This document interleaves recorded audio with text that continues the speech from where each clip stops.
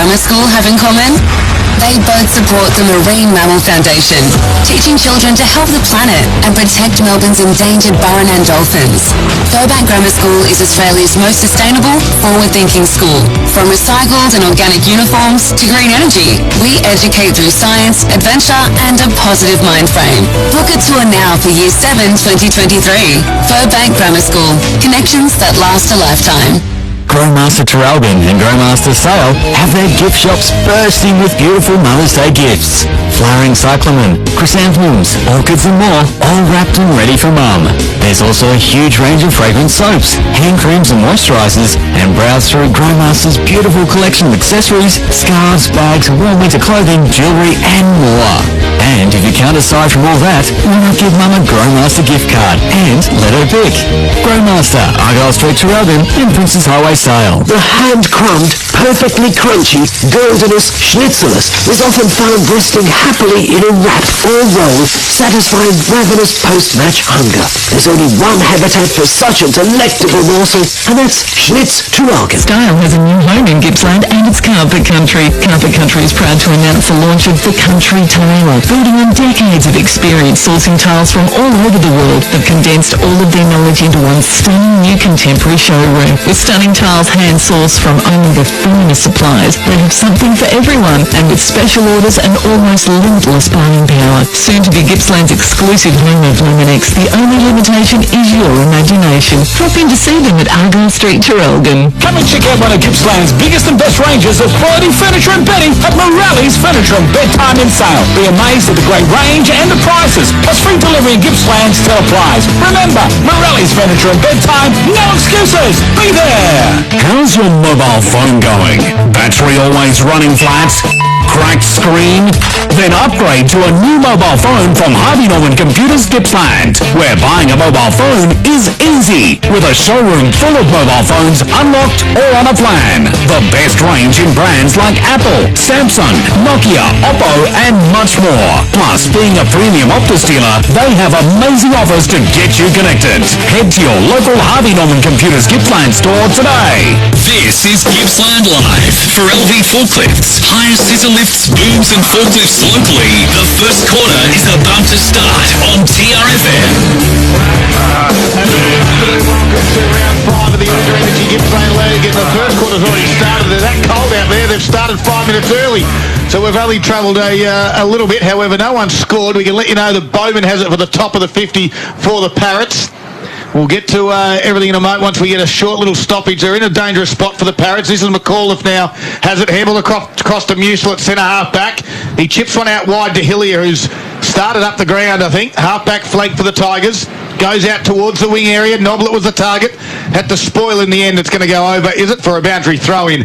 We're a minute into this first quarter. It's all thanks to LV Forklifts. It's great to have your company. My name's Daryl Cooling. Rob Popplestone's here with me as well. And special comments this afternoon. Wade Presley, the number one stats man in the business, is Paul Carter. Over to you, Rob Popplestone. Thank you. My tip today, Leongatha by around about 37. All right, I've gone with the Tigers by a point, Wade. Yeah, I'd say Leongatha by a couple of points. I think it'll be close. Paul?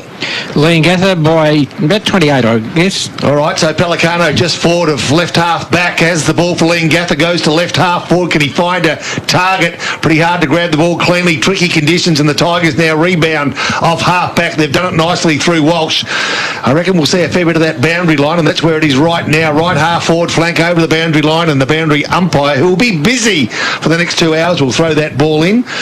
The Morwell side kicking to the left of your radio. Yeah, I think early indications very scrappy, Poppy, and favouring that far wing. The ball comes back into play, and a tap over the shoulder there was from Pelicano. At ground level, they're working hard was Marriott, and another boundary throw-in. Wade, Tyler Hillier, normally a forward, just starting up on the wing or behind, a kick behind this stoppage. Yeah, last week he did play up the ground a little bit as well, and was real good. It was one of his better games I've seen him play for a while, yeah. The ball comes back in again. This time he put Pelicano hand on. There's that man we talk of, Hillier. His kick was smothered though. Whack was there for the Tigers. Handball backwards to Walsh, got driven without the football, and he'll win himself a free kick, the first game of their Brill.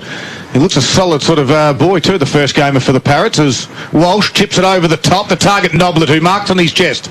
55 metres out, swings around, left foot, delivery inside forward 50. Low doesn't quite carry. McDonald thought he had it. The umpire said no. It was a bump ball and will ball it up 35 metres out, Pop. Yeah, I like what I see from Morwell, actually. I know it's the only opening minutes, but they're playing, as Prez suggested they might, with a bit of confidence and a bit of style, as Pelicano for the Parrots eases the pressure. They work it out in numbers. They do it nicely. And now it's going to be Heppel, Aaron, who from left half-back flank, guess what? The wind takes it, and his kick lands near the basketball court sheds. In fact, the netball court sheds, but they're sheds. And it's out of play on the full. Morwell will get the free kick.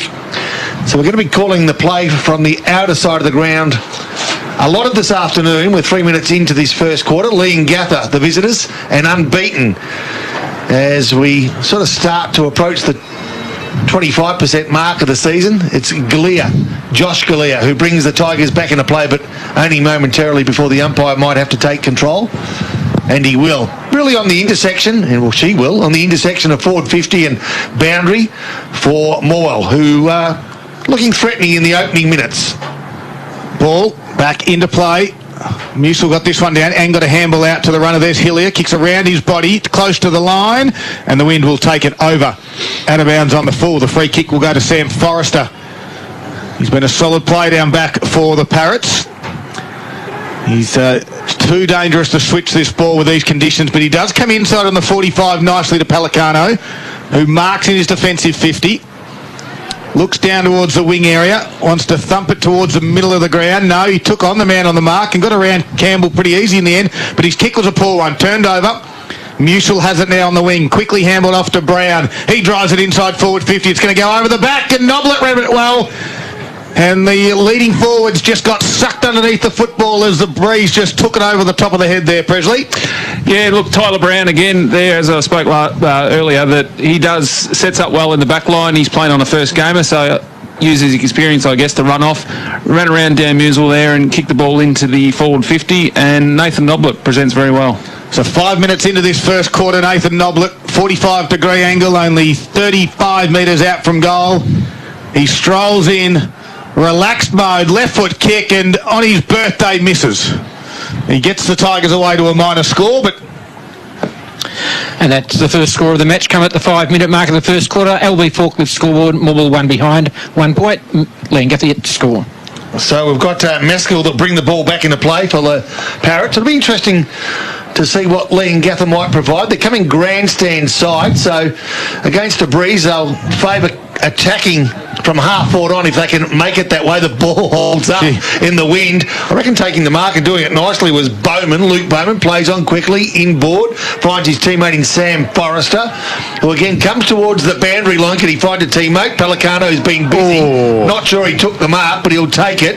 And that long sleeve jumper with young Zach Carlson standing on the mark for the Tigers. Pelicano, who's been good in the opening games of this year, goes along the line. The wind takes it nicely. And I thought dropping a mark, but the umpire said close enough, or did he?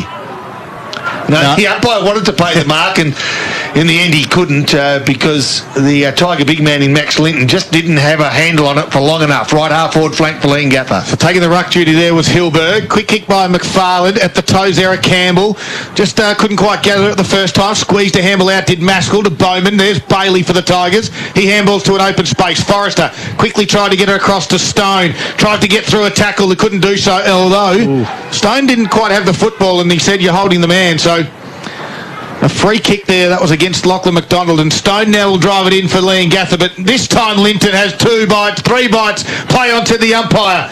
Didn't quite mark. There'll be a free kick as Linton then took, it looked to be Brill, was it? No, it'll be Heppel out of the contest. So Heppel has it. He's on the right side of the ground as he kicks towards centre half forward. It gets over the top and it lands in the hands of Jack Hume. That was a little bit too easy. Yeah, I think that Max Linton, the first one he dropped, again 2 touches, dropped that. The second one done the same thing, dropped it again. So I think Max needs to either shore up his hands or take him on the chest. And the kick inside 50 there, just sort of, well, likewise with the Tigers a couple of moments ago, it got over the top of the leading target and landed in the guy second in line. That was Jack Hume.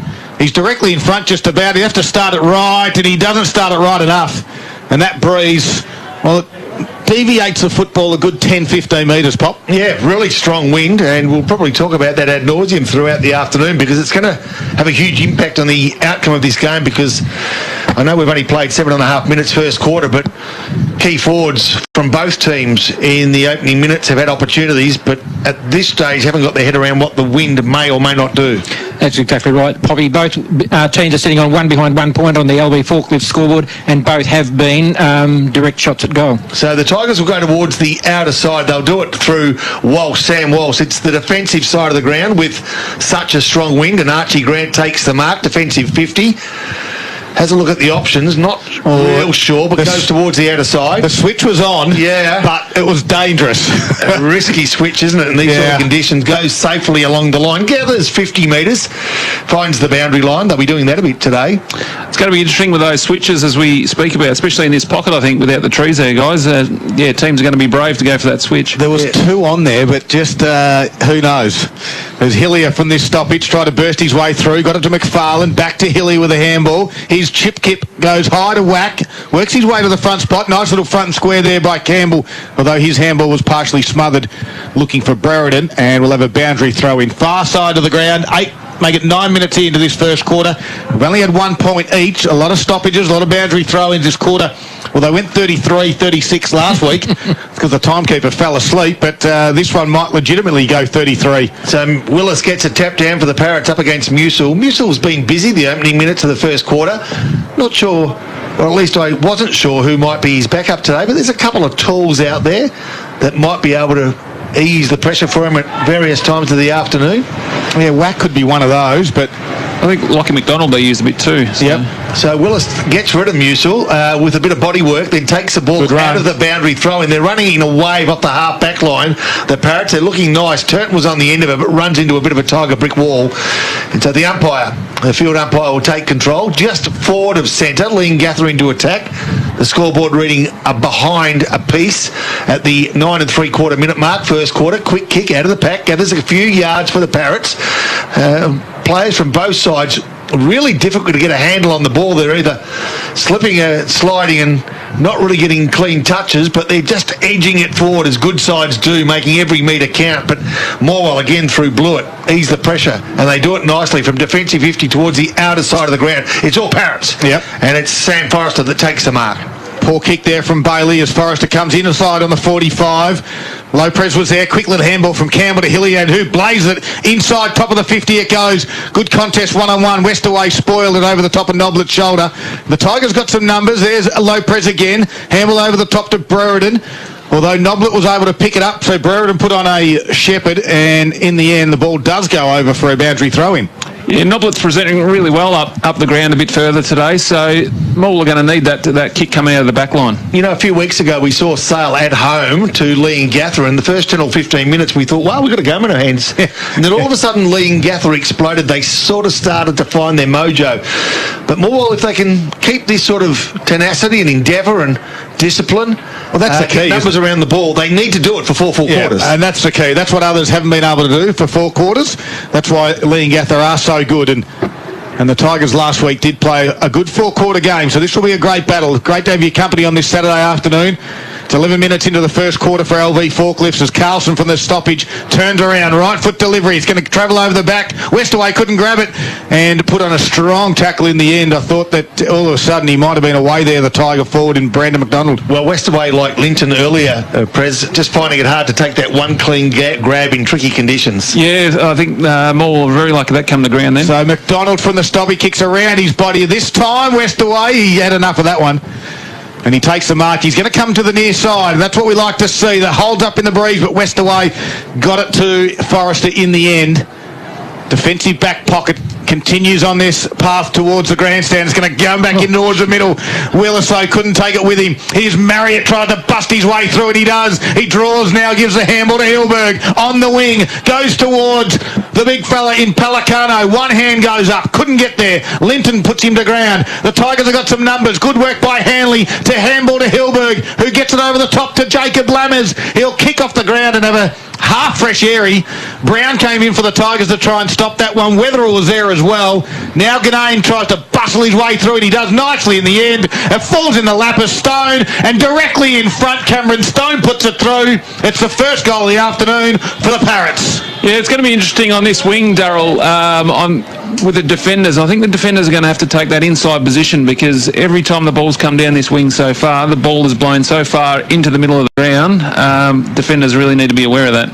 The first goal on the board has taken us 13 minutes into this first quarter, and the LB Forklift scoreboard finds Leongatha with a 1-goal lead, 1-1-7, leading Morwell 1 behind, 1 point. And in AFL football, Richmond, second quarter, 16 minutes to go, 5-5, leading Collingwood 2-3. That's thanks to Harvey Norman Furniture, Gippsland Stores. The ball back to the middle here. Keep those coming, Poppy. Good work as Willis taps it down. A little run kick off the ground there was from Bowman. Gets it to centre half forward. Hilberg gave it back to Bowman, who runs on with it. Puts it into Cal Pelicano. Drops the mark. Jack Humes there. Handles across to the first gamer in Hanley. He doesn't quite gather it the first time. And his left foot kick goes along the ground. He goes back in hard again. The Tigers are up to it. Grant got it out to Carlson. Great handle to Lopez. And now they're away, the Tigers. McFarlane goes to the middle of the ground. Looking for Brereton, couldn't do so. Numbers favour the Parrots and Willis. Now Willis comes grandstand side right in front of the TRFM commentary position. Nice work by the youngster. I like the way he moves that. Carlson kept the ball in. Butted up with a good hard tackle. Locks ball in. Locks man in. And wins a 50-50 contest. Great second effort there by Carlson. He hit the ball inboard there before, and then he's followed up with a great tackle here. Well done. Great couple of things behind the play before. He was running shotgun for his teammate, taking some bodies out to try to open the door. So some good 1%ers from the young fellas at Carlson, and he's in the contest again. The ball will find itself with Musil, but he finds himself being hotly pursued by 3 or 4 Parrots, and who wants to be chased by 3 or 4 Parrots? Not me. Half forward flank, Leongatha into attack. They lead 1-1-7 to Morwell, 1 behind. We've played 14 and a half minutes first quarter. So Willis and Musil. Willis tried to get it to the back. Nicely done to Bowman. He can get a handball. That's holding the footy every day of the week. The umpire said, play on. They just drop it. They allow it to go. Hanley taps it towards his teammate in Ganane. No one can really gather it. Hanley's on the bottom of that pack. And the umpires are letting it go today. Wade? Yeah, I think this guy, I don't know his name, is umpire, but I think last week he umpired Morwell. It was his first senior game. Well, he's letting things go, and others pay it red hot as Cameron Stone got a nice little handle at the toes of Heppel to Marriott, gets around one, and Marriott, with the breeze, misses it. Wow, look 15 metres out. The goalposts are nearly sideways on your LV forklift scoreboard. Hire equipment and solutions are at 33 Stratton Drive in Traralgon. Forklifts, scissor lifts, excavations and more. 1-2-8 Leongatha, 1 behind, 1 point Morwell, and 15 and a half minutes in. So the Tigers now under all sorts of pressure, but at the moment the dam wall hasn't broken, but it may soon as they try desperately to get it out of defence. And they do it nicely. Good strong mark it was in the end by Josh Galea. Defensive 50, takes the ball, plays on, and now finds his teammate in James Jacobson. That left foot sweep move along the grandstand wing, roved off the pack and done it quite nicely too. Did Lachlan McDonald. Can he find a teammate? He can. A kick off the ground by Boyd Bailey. Needed a bit more meat on it to put some pressure on the Parrots defence. They too, from defensive 50, are feeling the wrath of Morwell, and they go for the boundary, do they? The umpire says no. That's fair enough. They found the boundary 65 metres from Morwell's goals. 16 minutes gone. Morwell 1 behind. Leongatha 1-1. In fact, 1-2-8. So McFarlane had to take the ruck work against Willis. Heppel handled to Marriott was nice, and then he sort of got a toe poke to it to the out the run. Putting his body on the line there was Lammers. He didn't get a free kick. He had to go back in and find it. Heppel was there as well. The Tigers need to get some numbers around this football as the Parrots are just sort of a little bit more urgency at ground level. Bowman flicked it out, but Bailey off the back of the pack picked it off, put it back inside forward 50. McDonald went for the chest mark. His second effort on Westaway was okay. Now Westaway wraps him up. Little kick off the ground there from the Parrots defender. Gets close to the boundary line. Brereton trying to squeeze a handball back to Jacobson. Does so. He gets boot to ball. Back inside 50. Dangerous spot. Willis. 2 bites, 3 bites, and will take it. And they'll pay it. So the Parrots hold up. 17 minutes of the first quarter. Little chip kick over the top to Marriott. So Marriott still inside defensive 50 for the Parrots. Having a look at a couple of options in the corridor. We thought he might have a short one. Wasn't a great one. Jack Hume ran himself in and out of trouble. In fact, back into trouble. So free kick will go Morwell's way. And is that number 24? Yes, it's Archie Grant. He's got a different number on. So there's a free kick going away. Leongatha inside forward 50. So Archie Grant, who is listed as 66, will be 24. Yep. And he went inside forward 50, but Leongatha will have the ball and they'll do it nicely through Forrester. Comes grandstand side. Good mark, I thought. Had enough of it in tricky conditions, but Pelicano, the big ruckman, rove the ball nicely, kicked towards centre half forward. Again, picking up the crumbs was Jack Hume, who kicks to forward 50. There's one player there, and I reckon it's the player we just spoke of in Archie. He took a bit of time to get a handle on the ball, and as a result, put himself and his teammates under pressure, who then were taken illegally, and they'll get the free kick. It will Josh Galea, who's been one of the better players, given that he's been around the ball a fair bit in this first 18 minutes. First quarter gives Grant, keeps possession. Risky kick in these conditions, but he's good enough to find Sam Walsh. Plays on, goes towards the outer side. Guess what? Boundary line has been found. Right half-back flank for the home side. Leongatha, top of the table. Morwell wanting to make a statement against a good side. At this stage, they're still in touch. Special comments this afternoon, all thanks to Carpet Country, helping dreams become a reality since 1981. As this ball comes back into the field of play, no one can really get a handle on it. Lots of numbers around the football. Picking up, though, was Marriott, who burst away from the pack, drives it inside, forward 50. Front spot was Blewett, goes to ground. Front and square there was at the Parrots. They squeeze one back to Pelicano, who missed it. Kick off the ground there from Linton. Blewett followed up his work, tried to get it going the Tigers' way. Brown's there as well. Ground level there was for the Parrots and looked to be Turton at ground level. So is there a favoured end in this wind? I'm just trying to get a gauge on what is fairly blustery conditions, whether the wind is favouring one side or the other. Might give us an indication as to just who might have the advantage, even though on the scoreboard at this stage Leongatha hold a 7-point advantage, but they have an opportunity through the big man in Justin Pelicano to have a shot for goals. He's on a 45-degree angle. He'll kick from around about 45 metres, favours the left foot, but guess what? Hooks it with a big left. I thought it was out of play in the full. Yeah, the umpire calls it that way, boundary umpire that is. Might take a while to grab this ball, I think, boys. It's down in the drain and it'd be pretty slippery and wet down there. But it just goes to show the experience of Marriott on that last stoppage on the other side. Just very clean hands, straight out and straight into the Leongatha 50. Luke Bowman, the leading stat winner to this stage with 4 kicks, 4 handballs, 8 disposals. It's all thanks to Gippsland Ozuzu, the new D-Max Born to Live and Born to Tow, available at Gippsland Ozuzu U.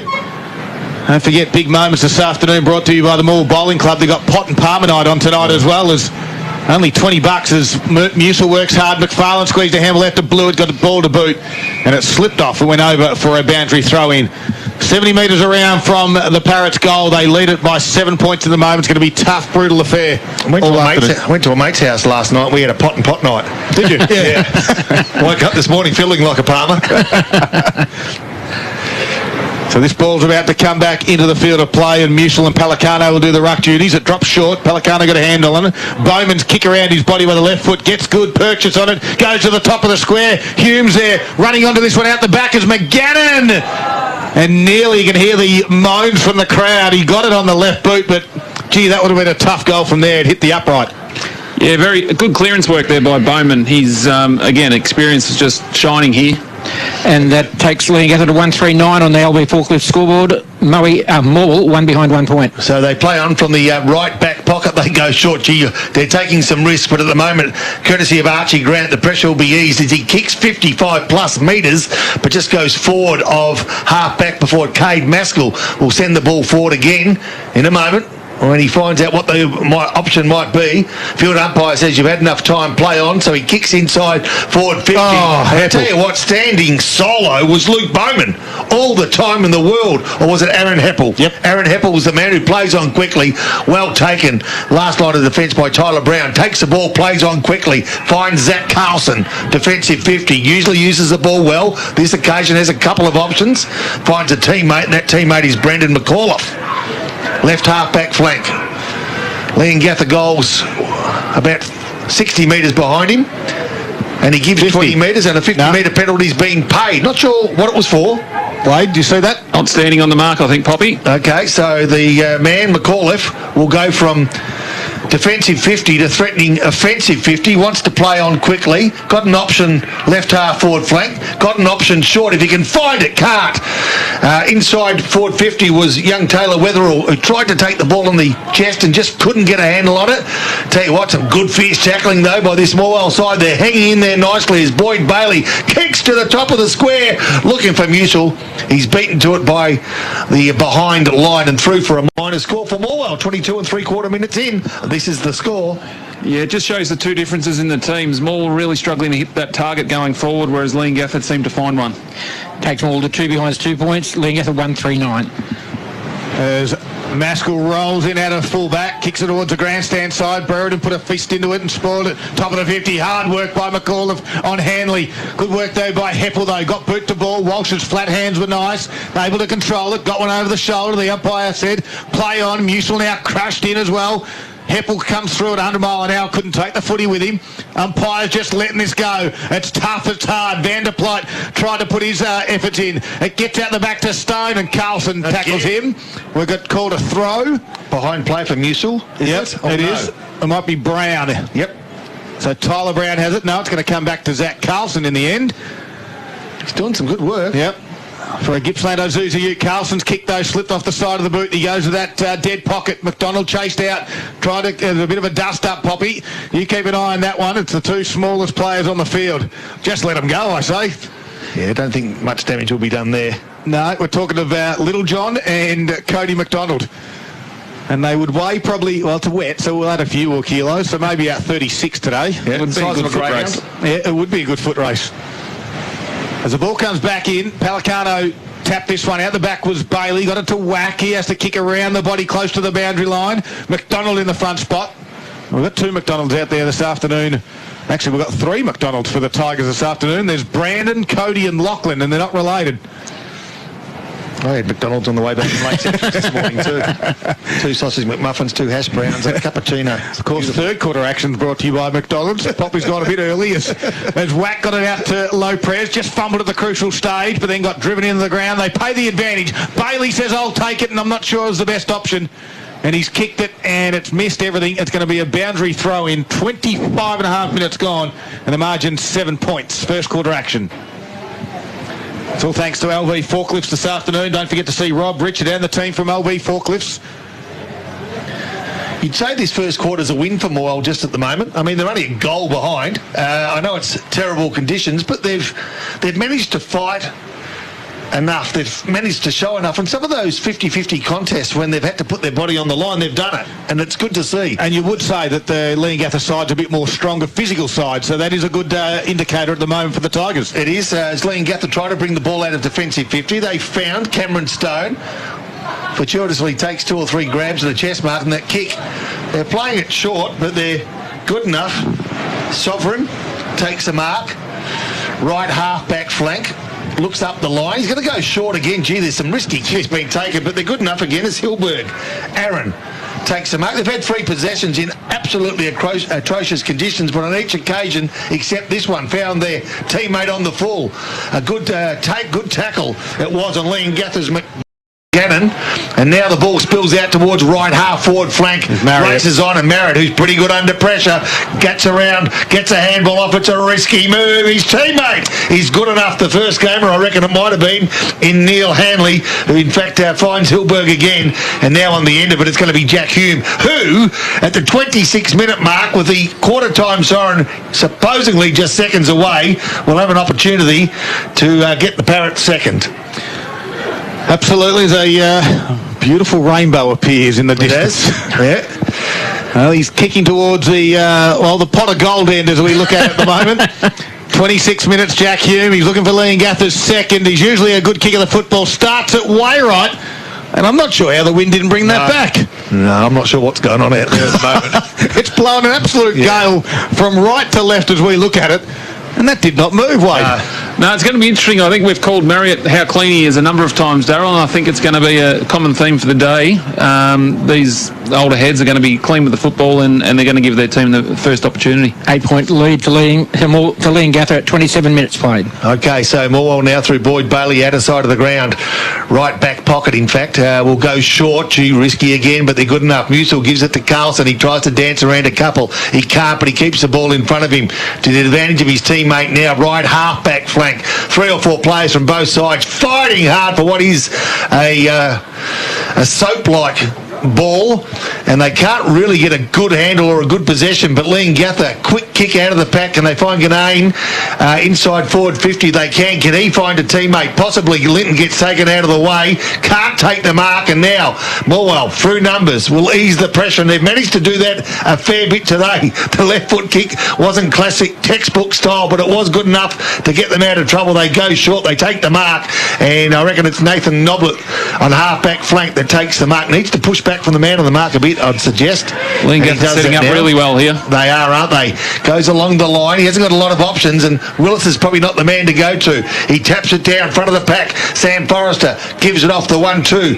Van der Plyk gets the ball and now goes inboard. Yeah, bit of room to move, and they move it well, do the Parrots. Heppel was the marking target at half forward. He looks up. They all sort of flood back, and the quarter-time siren sounds before he can get his boot to ball. And that will leave Leongatha in front at quarter-time. It's a 1-4-10, and the Tigers are 2 behind. An 8-point margin in really tough testing conditions. And we are going to have a physical game of football on this afternoon. It's going to be a great one. At the quarter-time break for LV Forklifts, it's an 8-point margin in favour of the Parrots. It is Gippsland Live, right here on TRFM. And it's all thanks to Harvey Norman Electrical Gippsland. In 2022, TRFM is dedicated Zambero's new big burrito is so big, it'll crush any hunger. Loaded with double filling and double rice, it's sure to leave you satisfied. Head down to Zambero Traralgon today. Available for a limited time only. Zambero, feel good next. G'day, can I help you? Yes, I hope so. I'm digging a trench in our backyard, so I need one of those machines that goes cook. Oh, You need an excavator. excavator, right, if you say so. And then to flatten out the dirt, I was thinking one of them doon thingamabobs. That'd be a whacker plate. We know which piece of equipment you need for your project, even if you don't. We hire them too. Mini loaders, drum rollers, tipper trailers and more. See you soon. Gippsland, Wacker, Noyson and Latrobe Valley Forklifts. Visit lvforklifts.com.au. See that? Yeah, the buck and towing big orange super tilt semi-trailer. Someone needs a lift. Cool trucks. Cool business. They've been towing for years. They towed me when I was up to my axles in mud. So glad buck and towing have our back. Here comes another tilt tray truck. Nice ride, mate. Cheers, buddy. Buck and Towing Vansdale, covering all Gippsland. The big wheels are back in town. 1300 669 129 and buckandtowing.com.au. Australian-made furniture and bedding now at Harvey Norman. Mattresses and ensembles from the leading Australian brands. Lounge furniture and dining room furniture built for the family life with a great selection of options in fabric, leather, size and shape. Create your own bedroom furniture. Customize your bed height, fabric or timber stain. Let our experienced team help you design furniture to suit your home. Harvey Norman, supporting Australian-made manufacturing. Australian-made furniture and bedding now at Harvey Norman. Looking to build in Traralgon? I'm Lee McDonald, your local new homes consultant at Boutique Homes. We've secured exclusive land with a variety of stunning home designs and unique facades. I'm here to help you find a design to suit your lifestyle in a fixed price package. Let's chat. Visit boutiquehomes.com.au. Get into group fitness at Latrobe Leisure and Gippsland Regional Aquatic Centre with no joining fee and no membership fees until June. Be in the first 100 people to get in the group with a gold membership and receive a free welcome pack worth over $130. With a wide range of classes, group fitness could be the next step in reaching your goals for 2022. What are you waiting for? Get in the group now at latrobe.vic.gov.au/get in the group. Growmaster Traralgon and Growmaster Sale have their gift shops bursting with beautiful Mother's Day gifts. Flowering cyclamen, chrysanthemums, orchids and more, all wrapped and ready for Mum. There's also a huge range of fragrant soaps, hand creams and moisturisers, and browse through Growmaster's beautiful collection of accessories, scarves, bags, warm winter clothing, jewellery and more. And if you can't decide from all that, why not give Mum a Growmaster gift card and let her pick? Growmaster, Argyle Street, Traralgon, in Princes Highway Sale. Great meals at Flanagan's. The bistro's open 7 days from 11:30 for lunch and 5:30 for dinner. Get the $10 kids deal with main meal, dessert and soft drink. Seniors meals $9.95, available all week. Order from your table with the Me and You app, and don't forget to book. Flanagan's Irish Bar, Traralgon. $10 popcorn chicken bucket has popped back into KFC. For now. Yep, you heard me. Better get your hands on a bucket load of these bite-sized beauties before everyone else eats them all. No pressure. But don't say we didn't warn you. Not available everywhere or forever. Now, a look at the quarter highlights. Gippsland Live on TRFM. Now Ganache tries to buckle his way through. He does nicely in the end and falls in the lap of Stone. And directly in front, Catherine Stone puts it through. It's the first goal of the afternoon for the Paris. Gippsland Live on TRFM.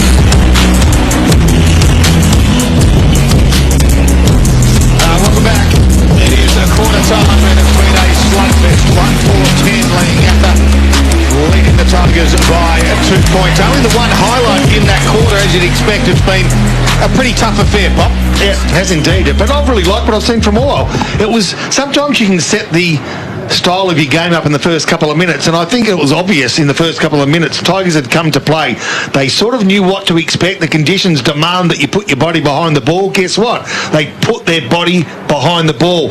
Conditions demanded that you take a man if you can't take the ball. Guess what? They took a man on a few occasions when they couldn't take the ball, and there's some big men out there for this visiting side in Leongatha, but at this stage I really like what I see. I was absolutely confident Leongatha would be too strong in these conditions for Morwell, but the Tigers, I've got to say, are very, very much in this game. Second quarter will tell a lot. Paul Carter, key stats in that first quarter, thanks to a Zuzu D-Max, the new born to live and born to tow vehicle, available now at Gippsland Isuzu U. I think it's been borne out in the stats. Not a lot of difference between the 13-10, Leongatha lead inside 50s. Even the clearances, Leongatha lead at 8-7.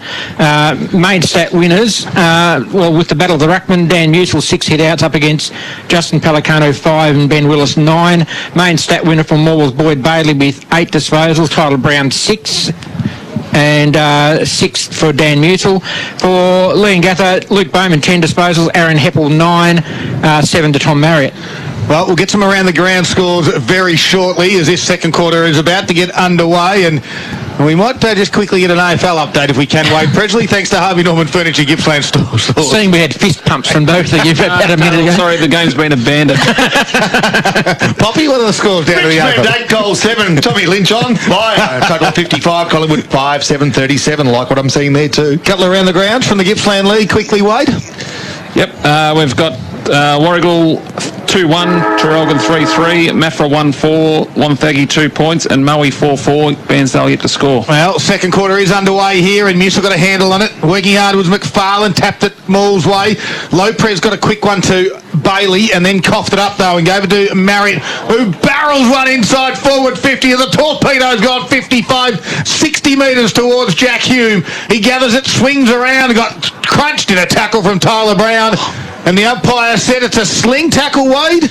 Yeah, I'd say dropping the ball. Well, I agree. So, swings around as Jack Hume, top of the 50. Only going to make the top of the square. It's going to get to the back. Back there was Linton. Squeezed a handle across 2. Jacobson, the Tigers, are going to repel this one. He barrels it, though. It's not the best of kicks. It might be coming back. There's Marriott, clean below his toes. Flicked it through Bowman's legs. Hanley tried to get a handball out to a teammate. He does so now in Littlejohn. Back to Bowman. Left foot kick goes across the face of goal. Will skid on the deck and go over the boundary line for a boundary throw-in. Just a panic kick there by Maul coming out of the back line and really hit that ball more inboard than he probably should have, but yeah, they got off here with a throw-in. So just 15 metres from the visitors' goals, Leongatha at the moment.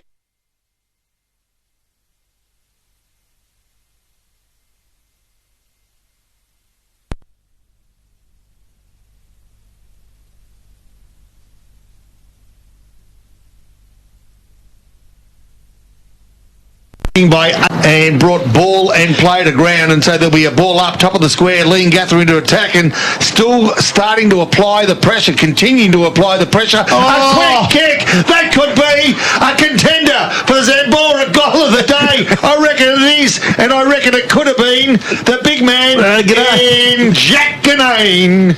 Yeah, goal smarts there, wasn't it? Straight out of that stoppage down, and you could practice that 1,000 times, and you don't get too many of those. But yeah, well done by Leongatha. They're very clean.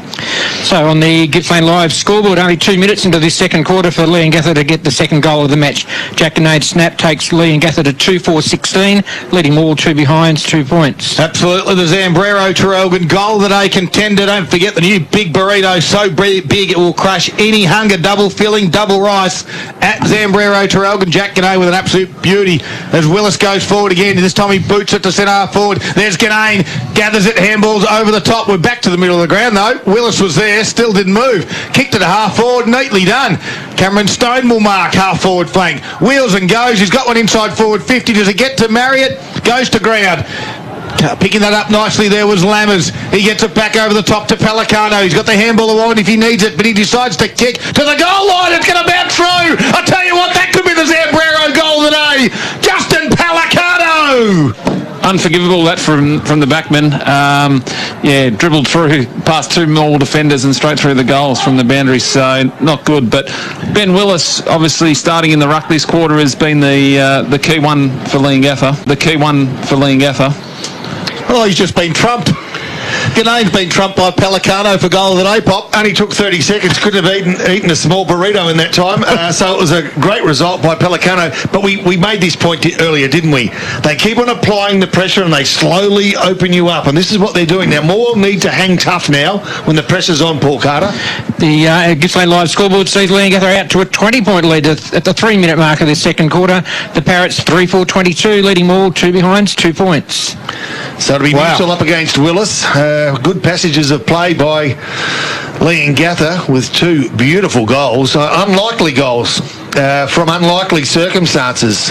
Ganane, a quick kick from a pack of players, and Pelicano, one from the boundary through a pack of players. The ball now is surrounded by a pack of players, and it's Morwell who kicked the ball forward. I tell you what, it's not pretty to watch, and you need some courage out there at the moment. Both sides are showing plenty of it. Bowman's around the ball. Mutual, a quick handball to his teammate and Bailey. Left foot kick, races on, taken by Cameron Stone, and he kicks a sloppy looking kick towards right half forward flat where Pelicano will be beaten to the ball by the boundary, and the boundary umpire S will throw this ball in 60 metres from Leongatha's goals. They're kicking to the left of your radio, and they're doing all the attacking, and they're leading 3-4, 22 to Morwell, 2 points, 4.5 minutes gone, second quarter. Bowman with his head over the foot, he couldn't quite get it out.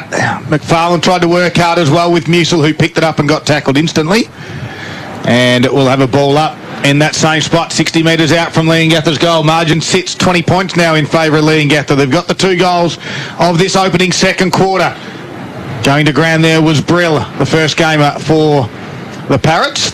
Leongatha just all about taking ground, aren't they, at the moment? Just get it forward. So just a bit of a stalemate. Top of the 50 it is. Musil got a hand on it. Out there was Hillier. Got a handball out wide. Tried to take on it there. The tackle was Marriott, and going to ground was Hillier. And the boundary line, we'll see them both gather themselves, stand up. We'll have a boundary throw in again. Haven't really moved in the last minute of play. You get the feeling more need to be rewarded on the scoreboard with the effort that they're putting in. At this stage, they're doing well to hold Leongatha, but they're just not finding enough threat on goal themselves. The ball's still towards that intersection of forward 50 and boundary for Leongatha.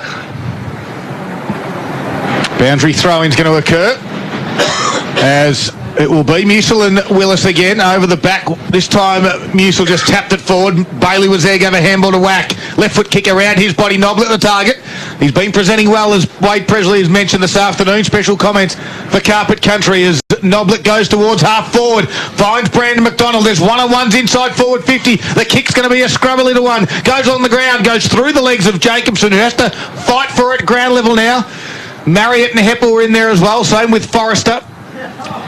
And what might not have been Heppel because he's on the bench, so it could have been Mason McGannon it was, who was working hard at ground level. And the umpire now will ball it up inside the Tigers forward 50. As Poppy just said a couple of moments ago, they need some reward. They've worked hard, but they haven't got a goal this afternoon because this man Bowman has been tearing up. Although this time he coughed it up. There will be a free kick will go to McFarland. He's been good. Yep. Little jocker. He is certainly a little jocker, that's for sure. As McFarlane chisels one to centre half. Oh, the two Tigers spoil each other there. It comes to ground. Handball from Sovereign goes out towards Stone. Now Stone relieves the pressure, but Tyler Brown should get a free kick. The umpire said no, you didn't get impeded with. Play on was the call.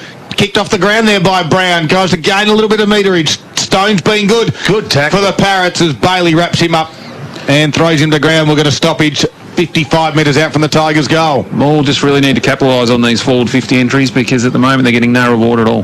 So 55 metres from home, Newsall beaten with the ball, but a quick kick from a standing start gets to within 30 metres of the Morwell's goals. Can't come quick enough, and a quick kick off the ground goes to the corridor. Just 20 metres now from Morwell's goals, but Leongatha again stands strong. Carlson comes in to lend a hand, lays a tackle. Can't quite keep the ball in, or can he? Yes, they can. They'll get another goal, this, I reckon, and Carlson could be the bloke to thread one through. He does a quick kick around the body. Finds the boundary line just 5 metres from Morwell's goal. 7.5 minutes gone, second quarter. Leongatha 3-4, Morwell 2 behind. Probably a good result there, Pop, because Morwell sort of got caught with switching their forward pockets out onto the bench, and they found one short there. Ball in a dangerous spot as it comes back into the field of play. Willis was there in front spot, pushed over it, free kick, no, play on. Here's Riley Lopez, just had a couple of little double takes at it and he got one free. Was over the shoulder. So Riley Lopez looks to the top of the square, it goes in. McDonald's going to fly at the back, can't quite mark front and square though. All Leongatha. Stone gave it to Sovereign, who just blazed away and will find the boundary. No. Carlson will keep it in. Underground, no.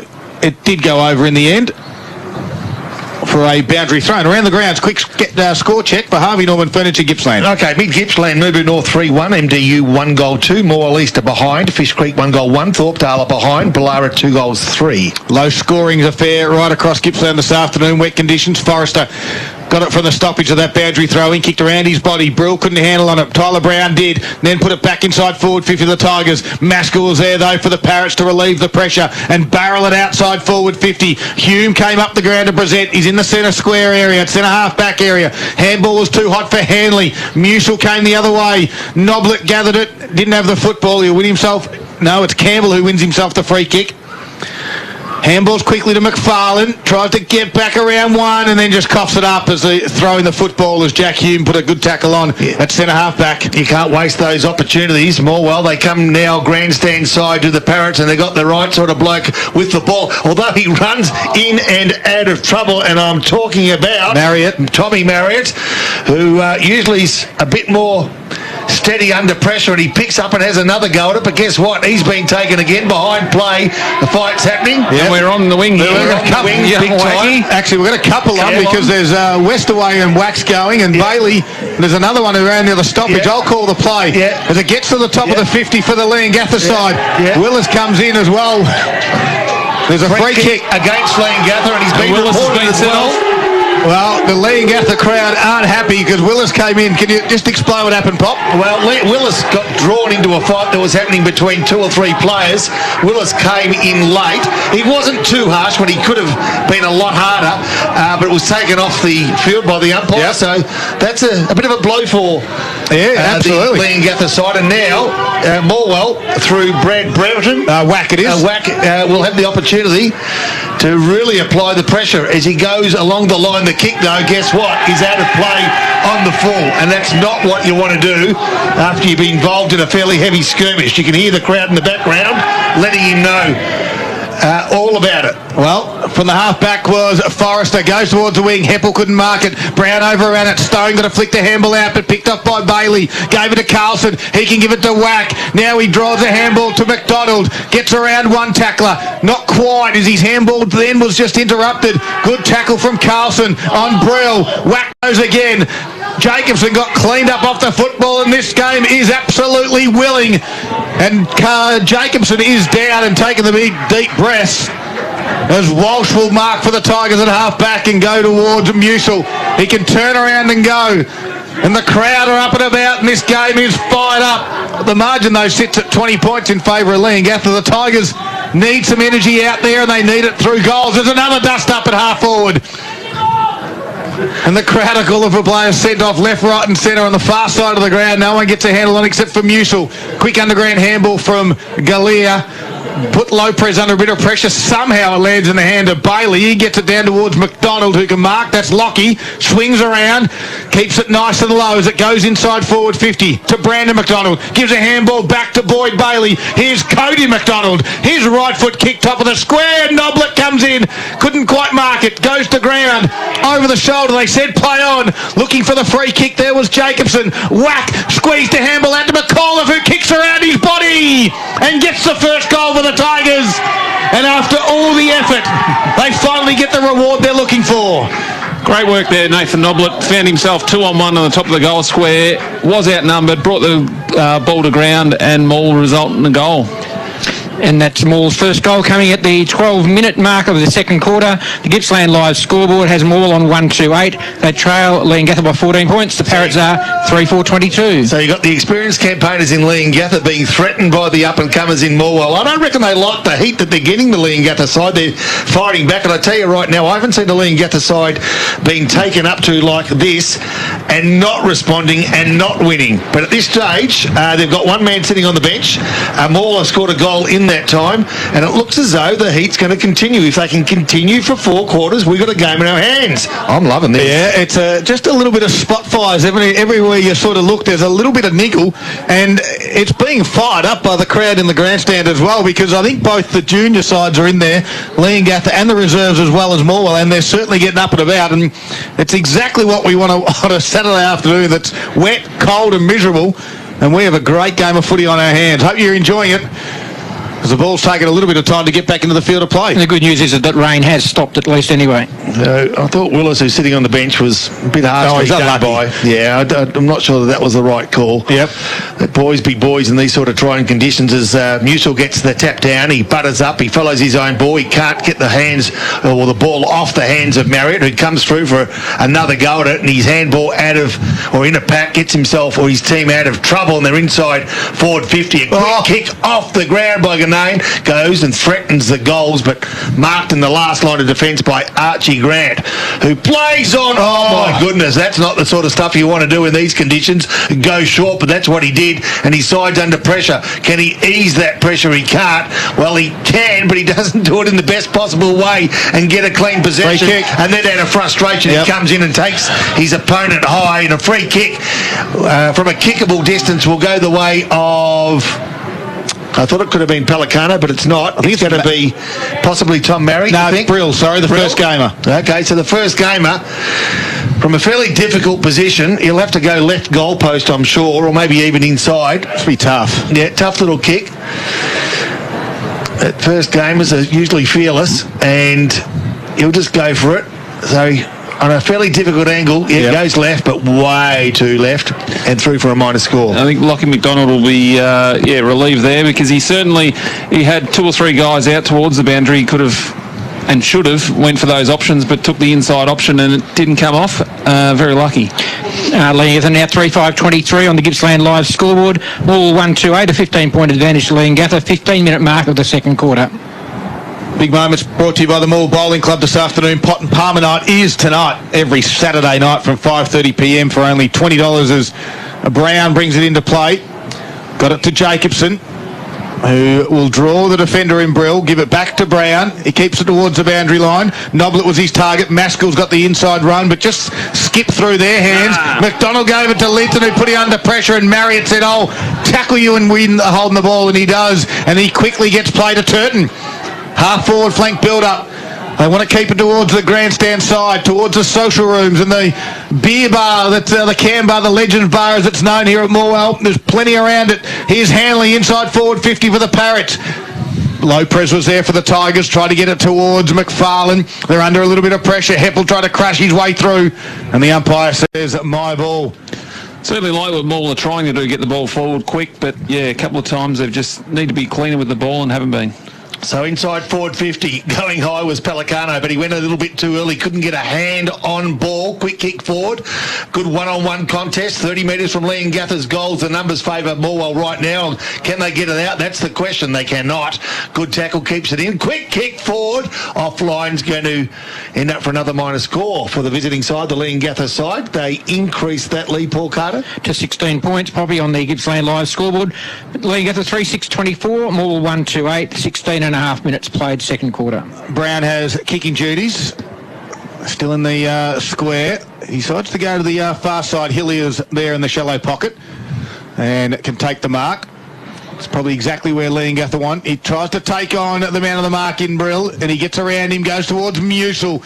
Couldn't quite control it, and it goes over for a boundary throw. And a quick around the ground check for Harvey Norman finishing Gippsland scores in the AFL. It is half-time. The Tigers 9-7-61 leading Collingwood 5-7-37. In North Gippsland, Glengarry at quarter time 2-4 leading Sale City. Bit of an upset, maybe.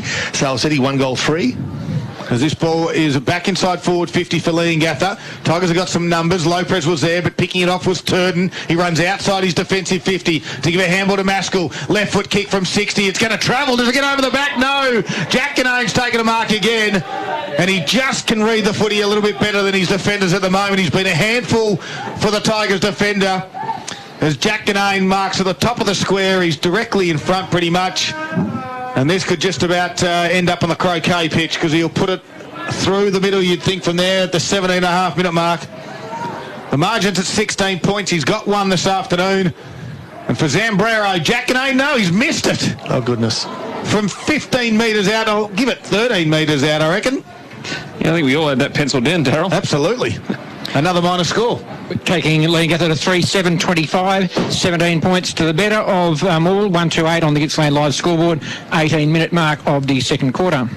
So the Tigers to bring the ball back into play. 18 minutes gone of this second quarter. Tyler Brown, the player goes short again. I'm not sure that they shouldn't have already learnt that lesson about going short in the backline in these sort of conditions, and now they've ran themselves in, out, back into trouble, and they give the ball up. Nicely done, but the boundary umpire says that the ball is out of play, or it's a free kick against Leongatha again. So, fortuitously for Morwell, to the player in Brendan McAuliffe, who I reckon was the only goal scorer for Morwell. Yep. He's now playing deep in defence and easing some pressure after applying some pressure a few moments ago by kicking that goal. Ball out of play. Left half forward flank for Leongatha. Wade, Grandstand side. Sorry, Pop.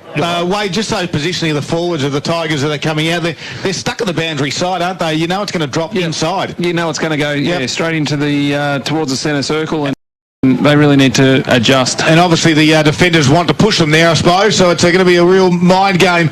Yep. As Leongatha got it back inside forward 50, the Tigers had some numbers. Hillier gave a handball to Brown.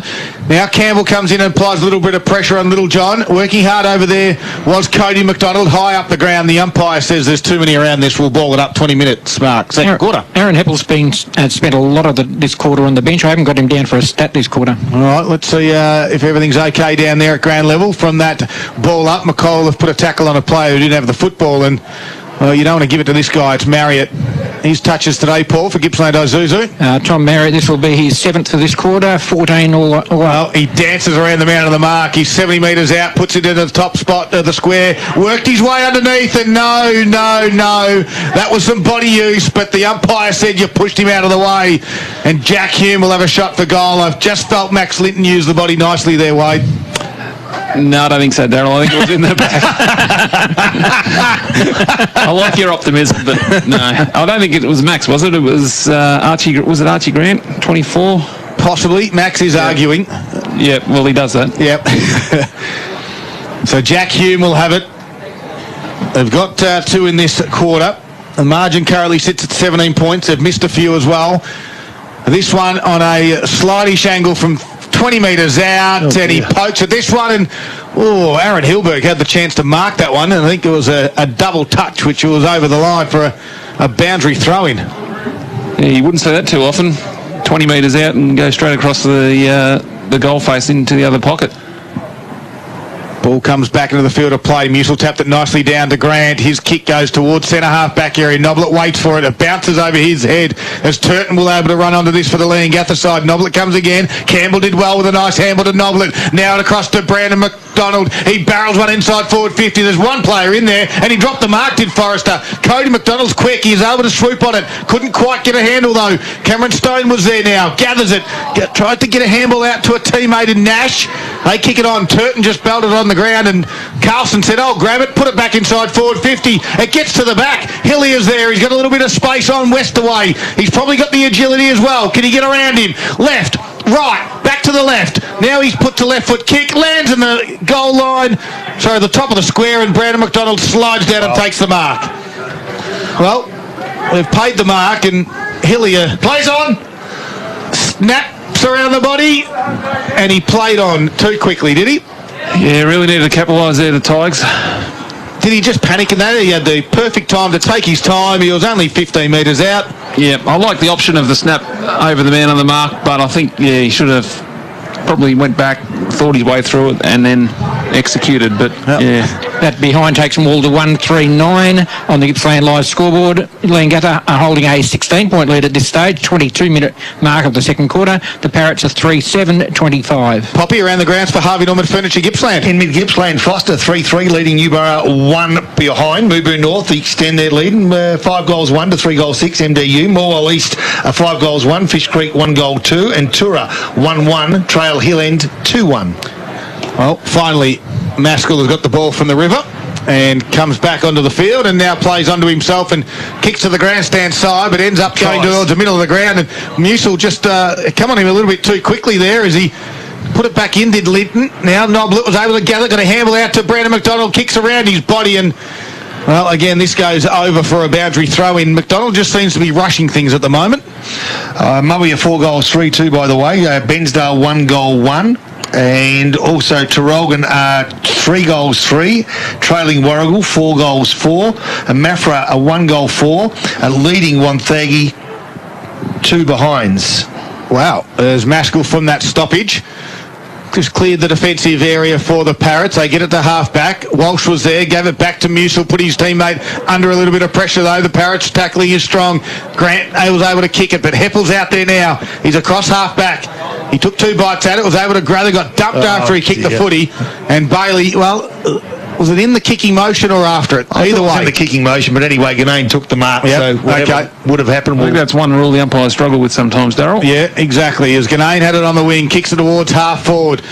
Big fly, couldn't quite mark it there, was Blewett, goes to ground level.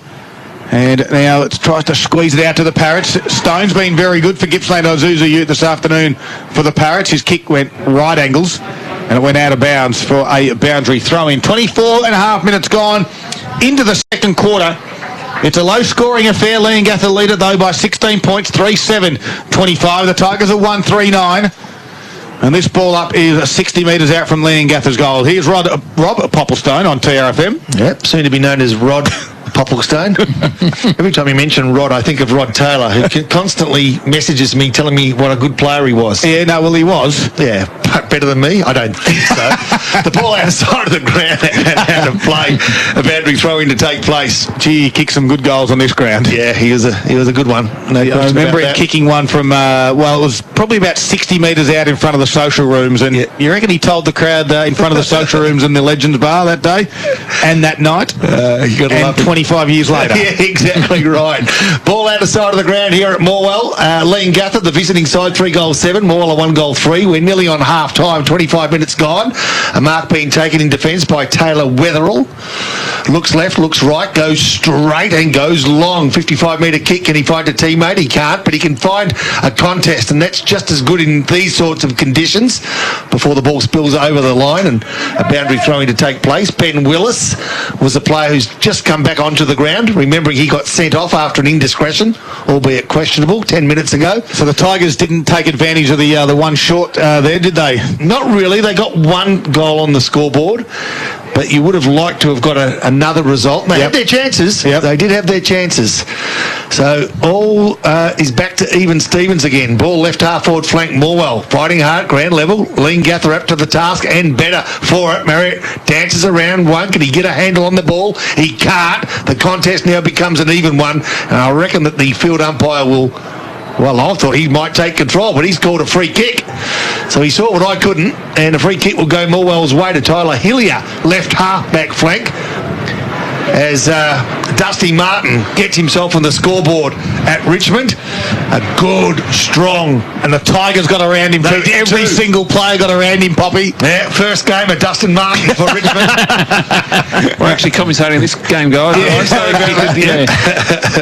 26 minutes mark, second quarter here. Great to have you covered here on TRFN. It is round 5 of the Alinta Energy Gippsland League, the Tigers and the Parrots. And the ball is on the far side of the ground. We've got tough conditions here at Morwell. Rain has stopped though, but the breeze is very strong.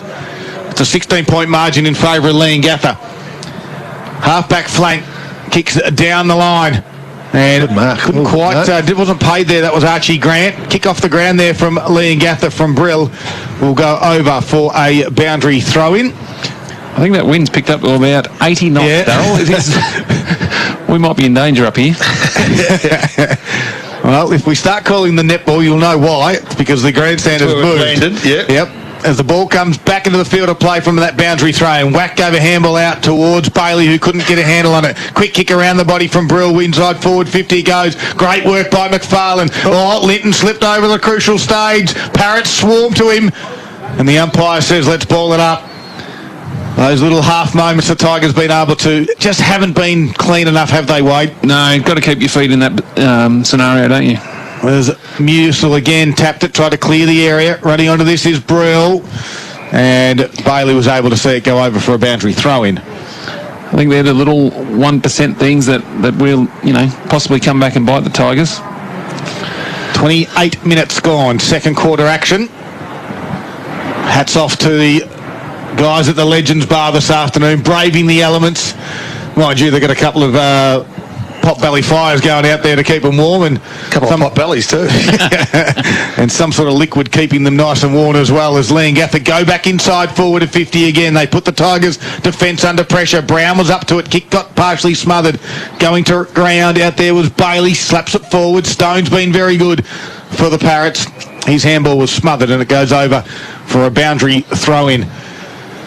3-7-25 Leongatha. The Tigers are 1-3-9. Down at AFL level for Harvey Norman Furniture, it's Richmond 10-8-68 leading the Pies. The Collingwood side of 5-7-37, and that is the 15-minute mark of the third quarter. Right here, we're at the 28-minute mark of this second quarter, so half-time just around the corner. As a free kick goes Morwell's way, it goes to the big man in Musil, who's been pretty busy today against the odds. He's been doing a lot of the work. And standing up as he does, he's as honest as the day is long. He goes towards the outer side, but he can't find anyone but his direct opponent in Willis. Probably not the ideal kick, but anyway, here we go. A quick kick forward by Bowman. Threatens the Tigers' defence once more, but they're wanting to find the goals are the visiting side, so they kick to the top of the square where it's a 3-on-2 contest favouring the home side. Can they find the behinds? They can! Through desperation. So that score marginally increases the lead by the Leongatha side. 17 points, 3-8-26 Leongatha to Morwell 1-3-9. The Zambrero goal of the day this afternoon, and leading it so far, Justin Palicano, you would think. Jack Ganane had a good one as well in the second quarter. As they work the ball out of defence, Morwell do it through the big fellow in Tristan Wack. And now it's Dan Musil, who has another opportunity to find a teammate. This time, rather than the long, he goes short, and he finds that player again, Tristan Wack. So they're waxing. You like that one, Press? I've seen plenty of waxing going on this round, I tell you. Look where it ends up. It goes back to Musil. So Musil went to Wack. Wack went to Musil. Musil went back to Wack. Getting his fair whack. Yeah, he getting his fair whack, and they come grandstand side. Nicely done. And it's the big man there in Josh Galea. Well, he looks big from here. Goes along the line, gives it up too quickly to the first gamer in Kyle Brown, who's a big lump of a bloke. Goes inside forward 50. Can't find a teammate, or the teammate can't take the ball clear. Can they ease the pressure? Well, they can't, because guess what? It goes back to that player again. And I reckon he's capable of kicking it from here, Kyle Brown. Because he's got legs like tree trunks. Yep. And he's pretty low to the ground. Let's see, from 45. And I reckon Have a look at that. might be favouring him. The Have a look at the goalpost. They're about 6 metres wide instead of 7. Yeah. They are, I'm serious, the left goalpost and the right goalpost are leaning to one side. I'm not making that up. So Brown's kick, well, I'm not sure. Oh, wow, there you go. What a pinpoint perfect pass it was. Played on was the call, I'm not sure. Oh, we got another one. And a quick kick around the body, went across the face of goal. And guess what? Aaron Hilberg might have the opportunity as the second fortuitous mark in a row. It was touched by the man on the mark, I think. Okay, so play on is the call, and the umpire took control, and now the boundary umpire may take control as the ball be thrown in just metres from Leongatha's goals. 31 and a half minutes gone. Glad Scotty Baker's on the ball. Yeah, well, we've had a couple of missed kicks that hit targets, and the Tigers had a bit of a let-off, and they still under a little bit of pressure. Can they clear it from their defensive 50? Not in time. Well, maybe the siren did help them in the end. It was 2 goals to kick-start the second quarter through Ganane and Pelicano, and the Tigers got one back where Big Ben Willis got sent off for a little indiscretion. And it's the Parrots leading, though, by 17 points at half-time. Tough conditions, as we've said all afternoon. Leongatha 3-8-26. The Tigers 1-3-9.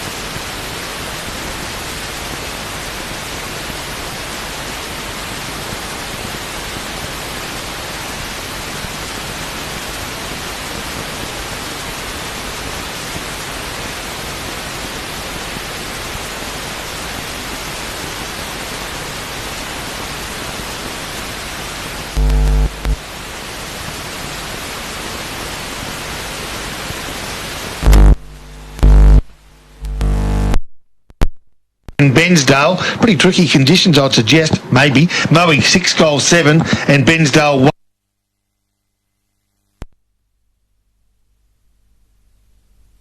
1 goal 5. Well, there it is. All things up to date here at halftime. We've got a quick break, and then coming up after the break, it's a third quarter action, all thanks to McDonald's. You're listening to Gippsland Live right here on TRFM. What does it sound like to win?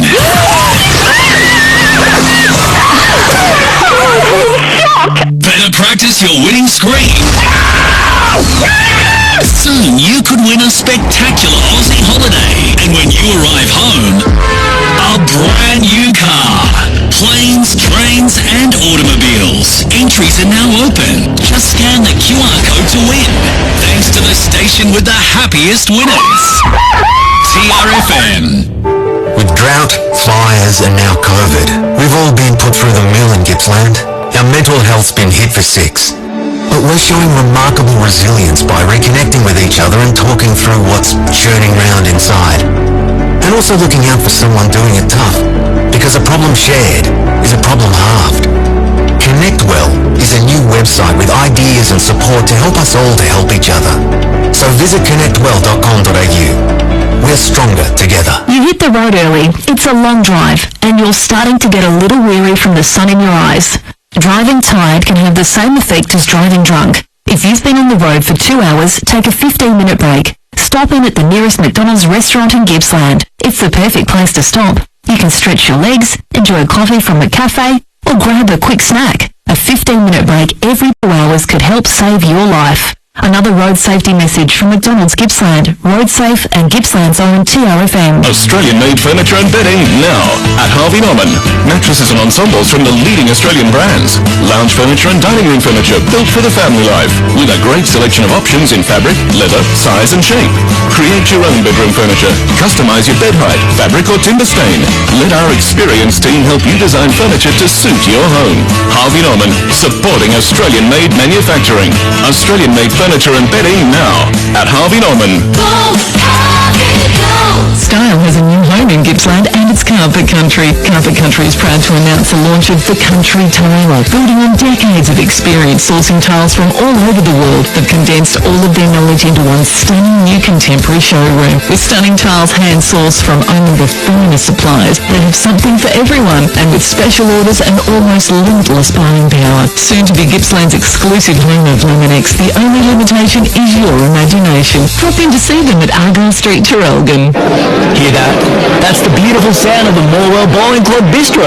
The perfect atmosphere for a post-win feed or a sorrow-drowning loss. Especially because Saturday is pot and parma night. Choose from the selection of yummy parma toppings. Only $20 every Saturday from 5:30pm. Includes a pot of beer, soft drink or a glass of wine.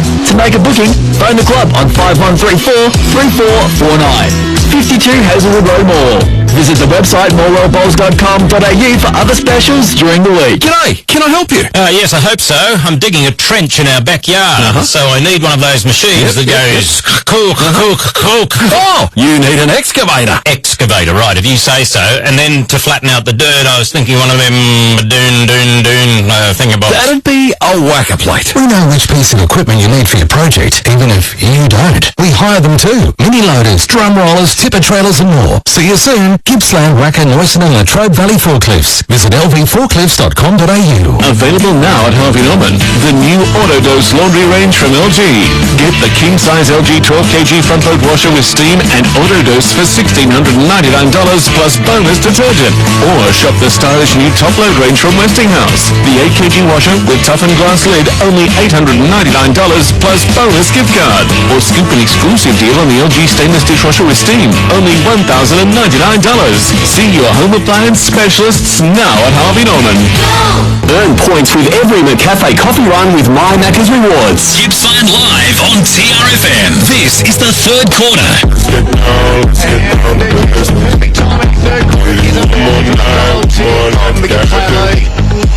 And we have the ball up. We get another one. Umpire gets it back up into the field of play. Musil got a handle on it.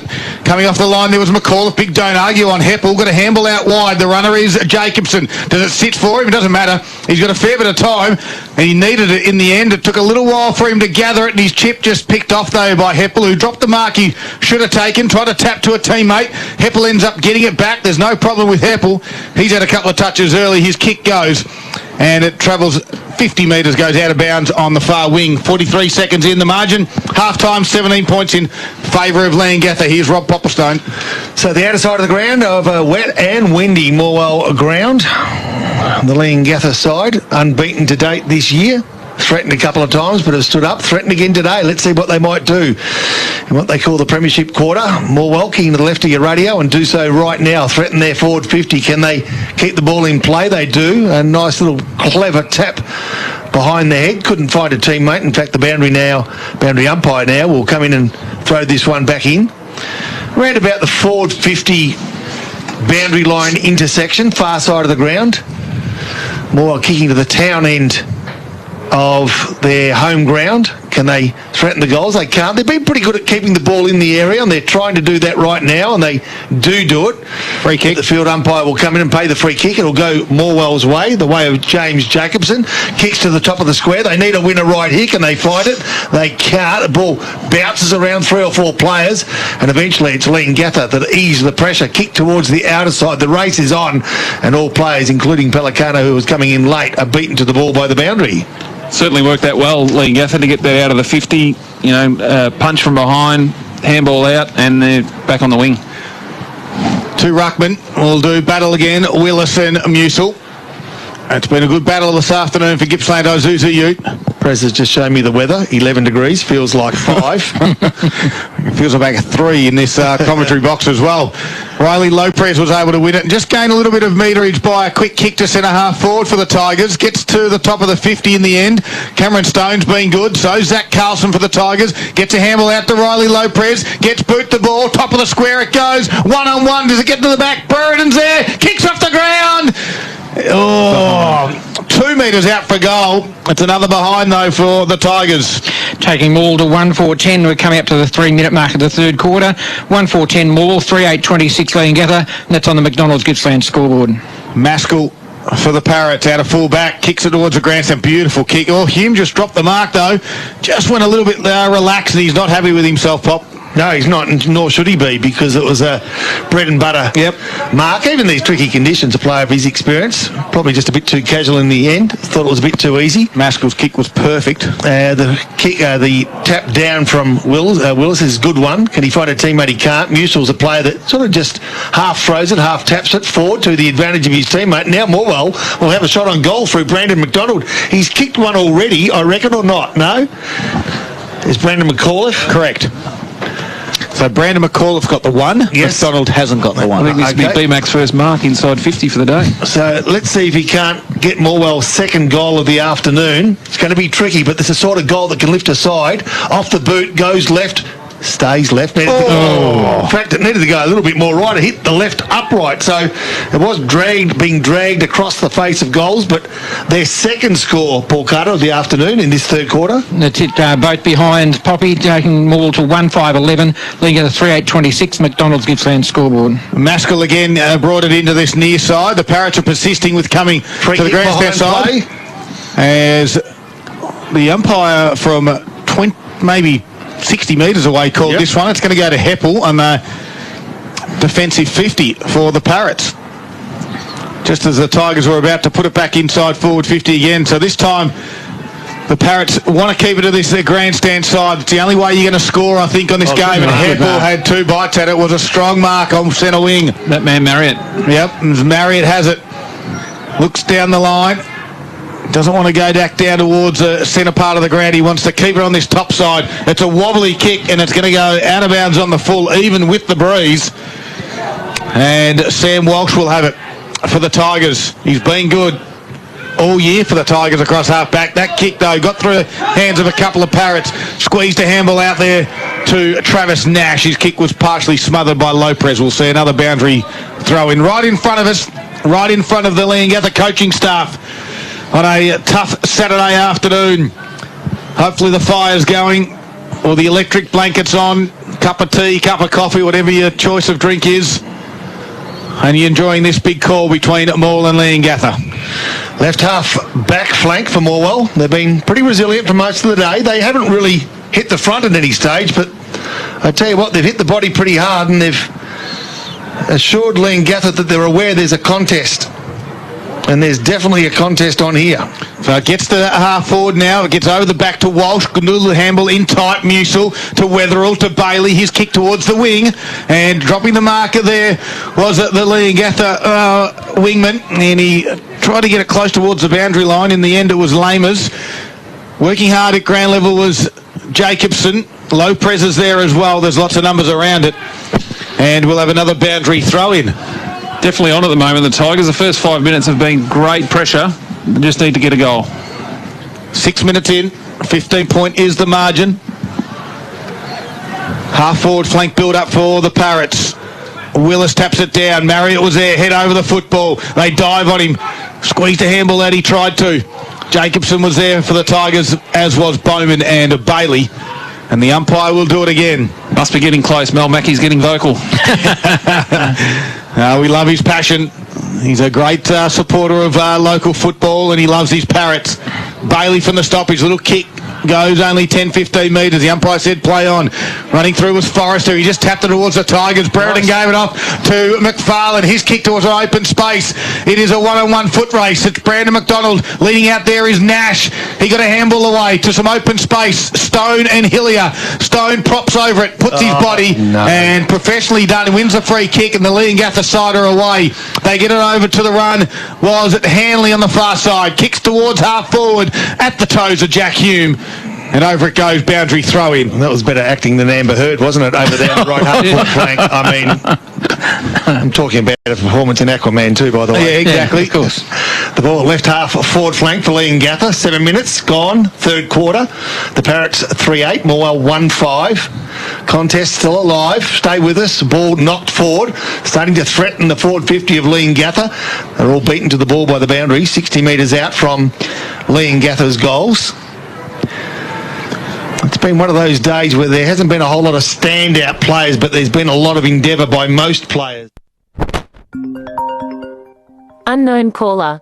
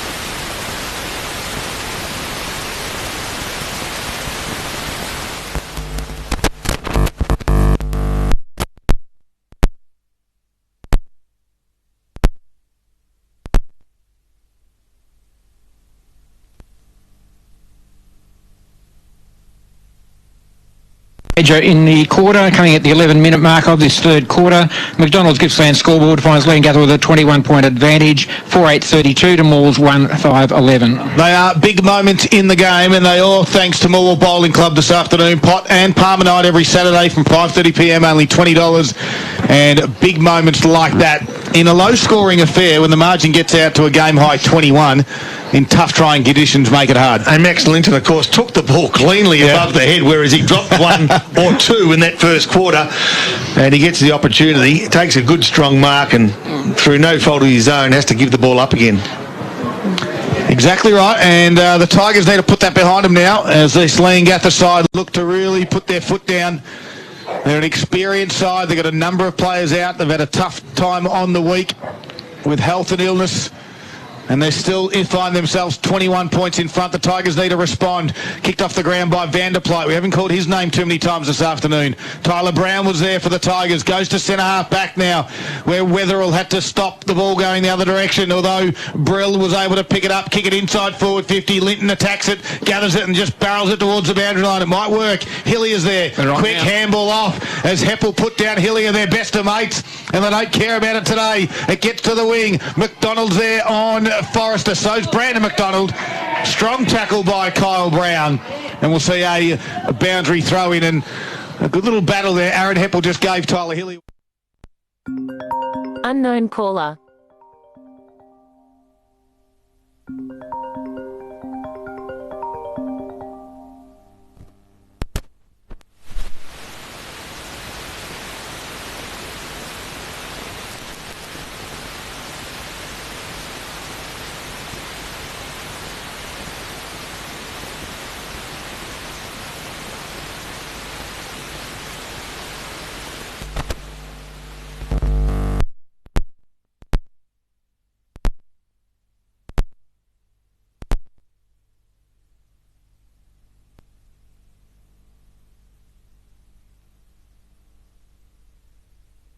Contrast to the second quarter, so it's a great effort by the Tigers. Inside forward 50s. 6-2 Morwell's way. Yes, and just not resulting on the scoreboard, is it? No, although at half-time they were 1-3, they're now 1-5, so they've managed 2 points for those 6 entries.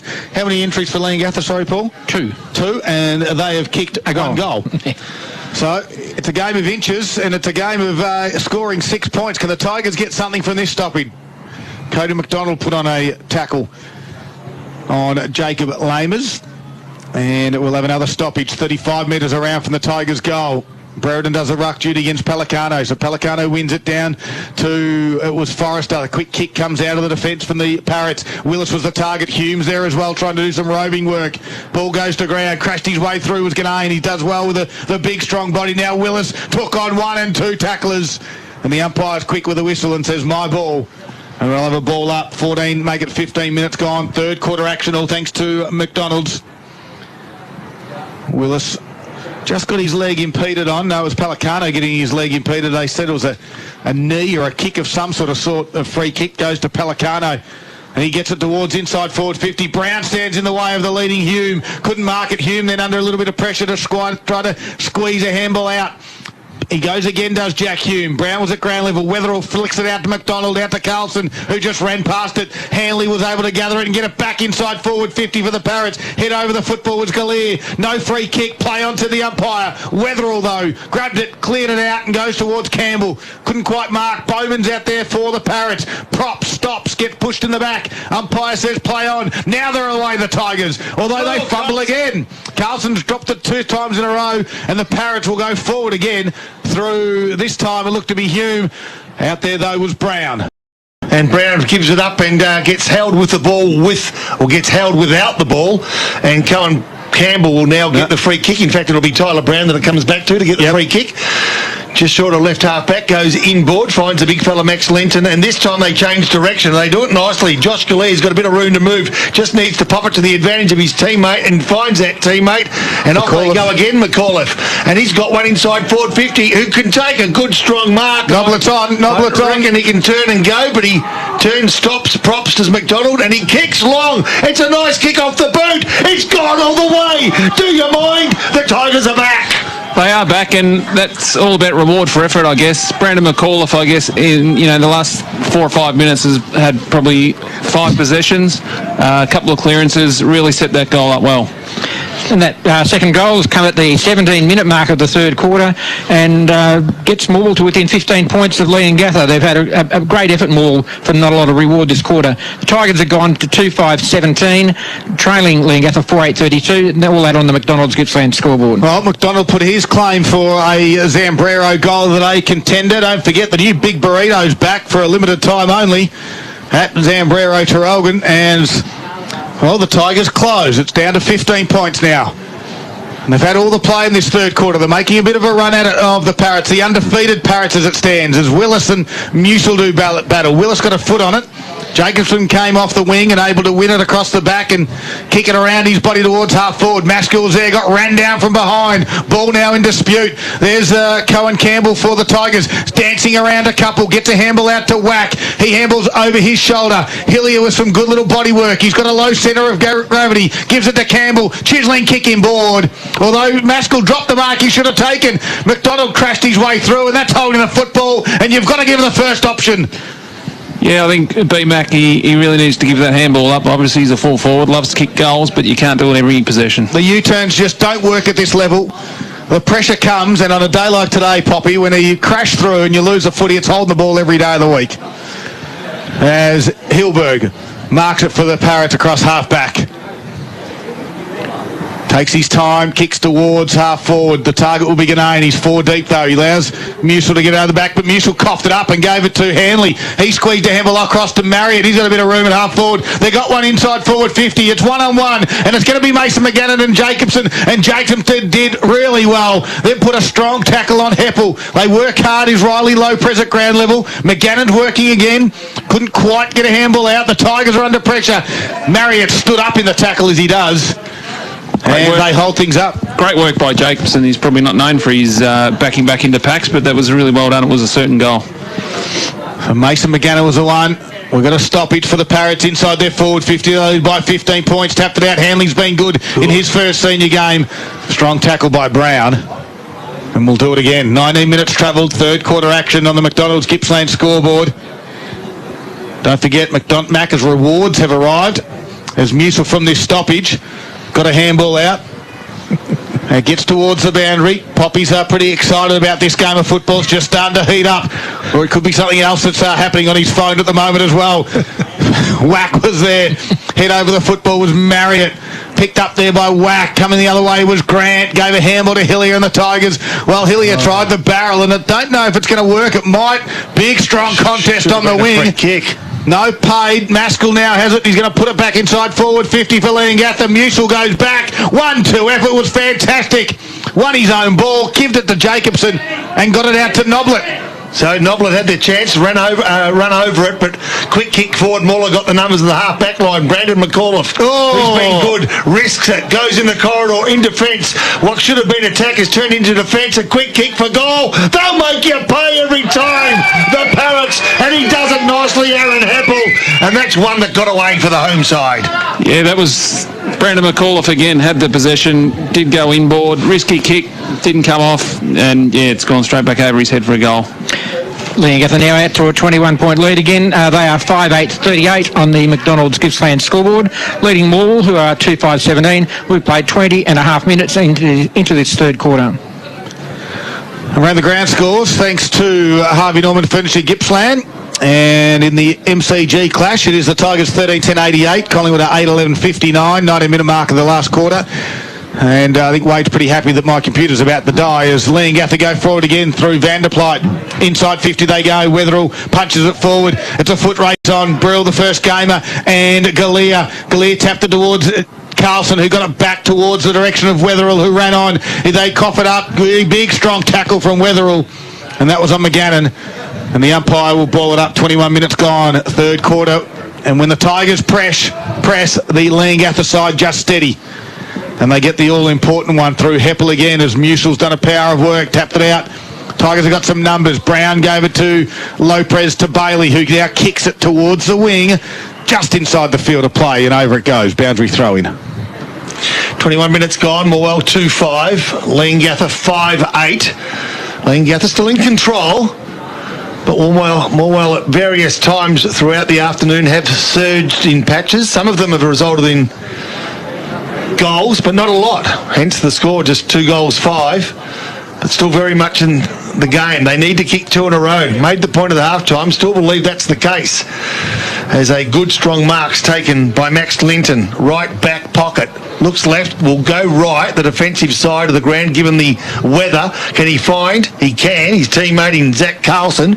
Been pretty good today. Like the way he moves. Goes towards a teammate further down the line, around about outer side wing. Can they keep the ball in? They can. That's the Parrots that can. But only momentarily, I'd suggest, as Musil now dances around one. Gives it off the handball, not great. Puts his teammate under pressure. Whack on the end of it. Gives it back to Musil. We've said that a few times this afternoon. The handball didn't find the man, and because of the slippery nature of the ball, it'll go over the boundary line. Leongatha 5-8, Morwell 2-5. The ball at the moment left half forward flank. The Parrots into attack.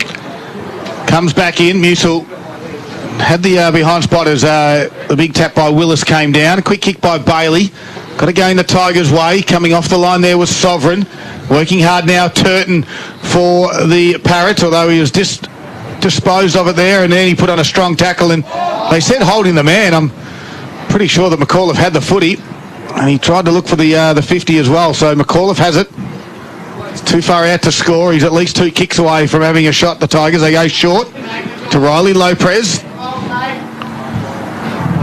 Still another kick before they enter their forward 50, the Tigers. Now it just goes in. It's a shallow entry. Palicano came over the top. Campbell's front and square. Couldn't get a handle on it. Palicano tried to crash his way through, and eventually just gets the footy going his way. Ganane's up there as well, so the big strong bodies of Leongatha, but somehow the Tigers win it. Gave it back to Brown. His kick goes inside. Maskell will mark on his chest. You can't leave that man on his own in defensive 50. And he plays on now and clears it out towards the grandstand side, towards Marriott. Good spoil by Brown, though. Got it back to the top of the 50. Westaway's kick was picked up by Cody McDonald. He swings around. Right foot, scrubby little kick. Maskell's back there as well. He just got driven into the ground. The umpire said, well, have it.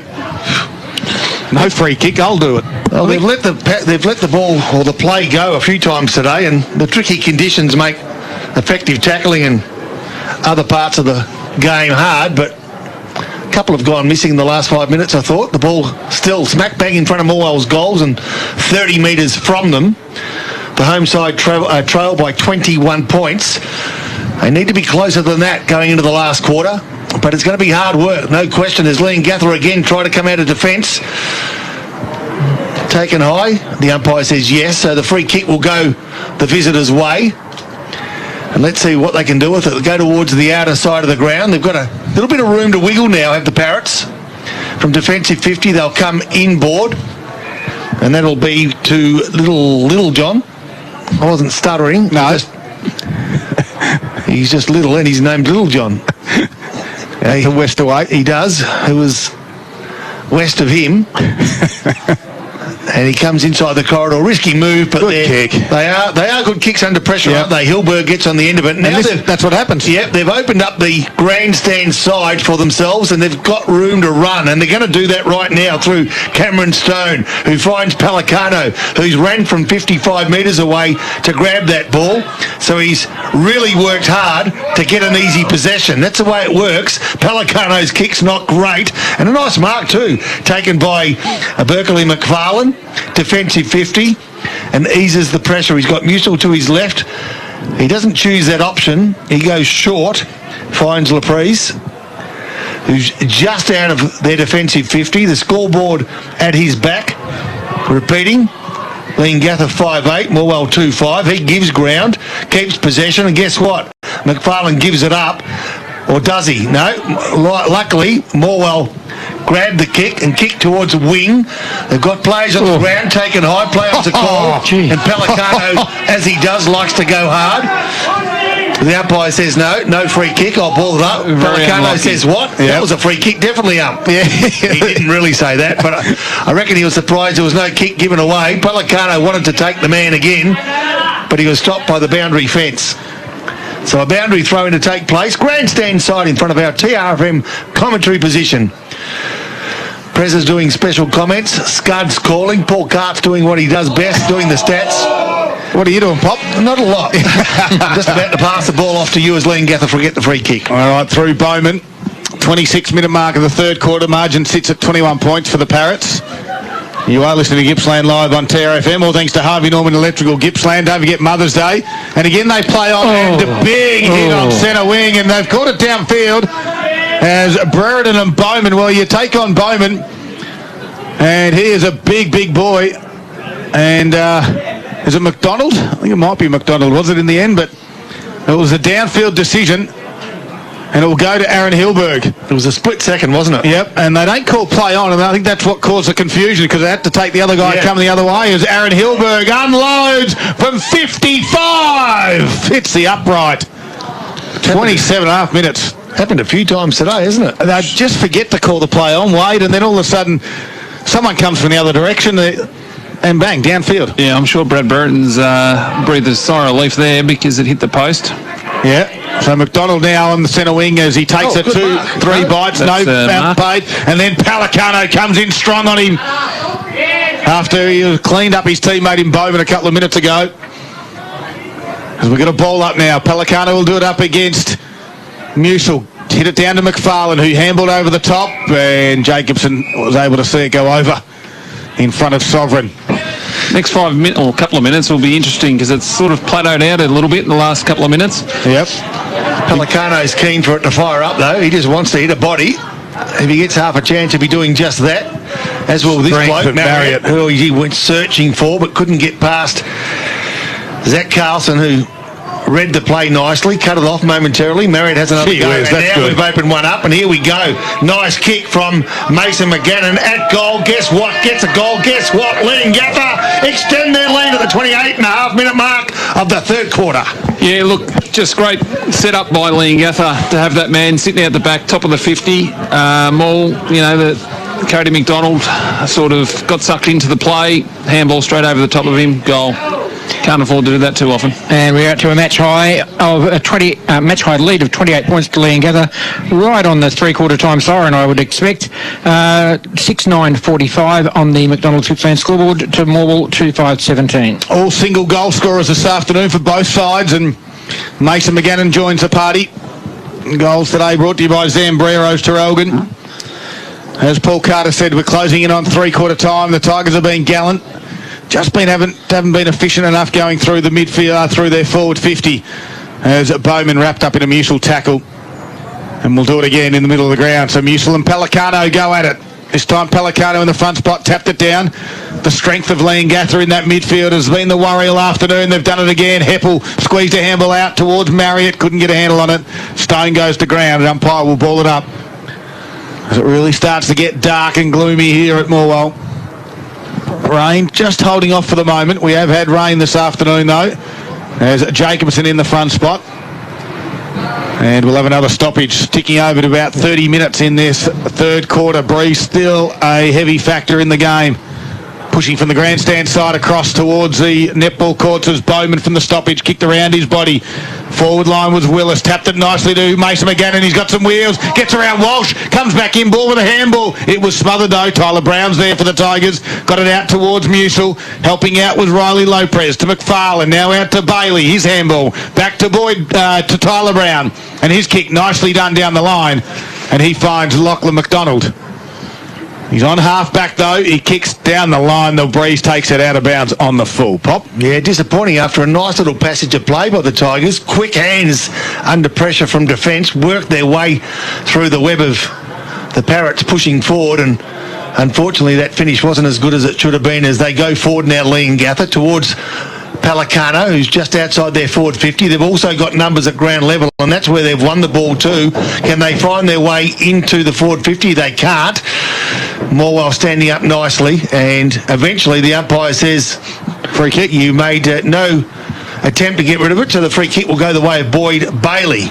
Kent kick for the quarter. So Boyd Bailey's been busy, and He'll kick from defensive 50 towards right half forward flank. They're outnumbered 3-1 Morwell, but they've managed to keep themselves in the contest. Now a kick off the ground. The race is on and pace is needed just as the siren goes. Morwell will go into surge, but they'll have to wait a few minutes before they go in the final quarter of the match of the day here at Morwell's home ground. Leongatha 6-9-45. The Tigers are 2-5-17. It's a margin of 28 points at three-quarter time. It's Gippsland Live. A quick break. 1 quarter to go in round 5 of the Alinta Energy Gippsland League. We do it for Harvey Norman Electrical Gippsland. Ladies and gents, this is the moment you've waited for. The Random 20 Countdown. Counting down the 20 biggest hits in no particular order. Yes, people, it's Tom Redden. Hey guys, this is just Malboy. Hey, it's your boy Joel Curry. What up, people? It's Jason Derulo, and you're hanging out with Mikey.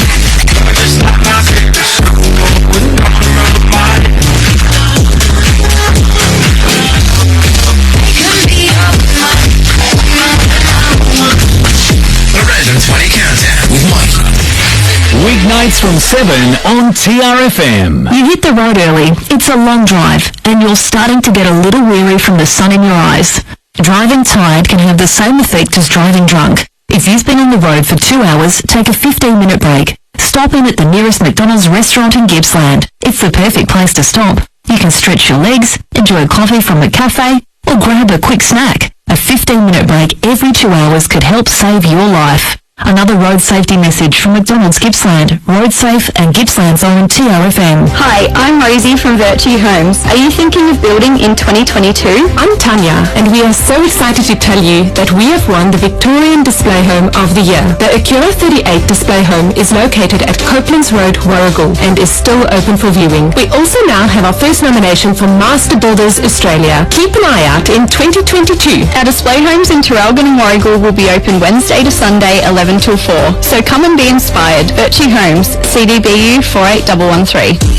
Get into group fitness at Latrobe Leisure and Gippsland Regional Aquatic Centre with no joining fee and no membership fees until June.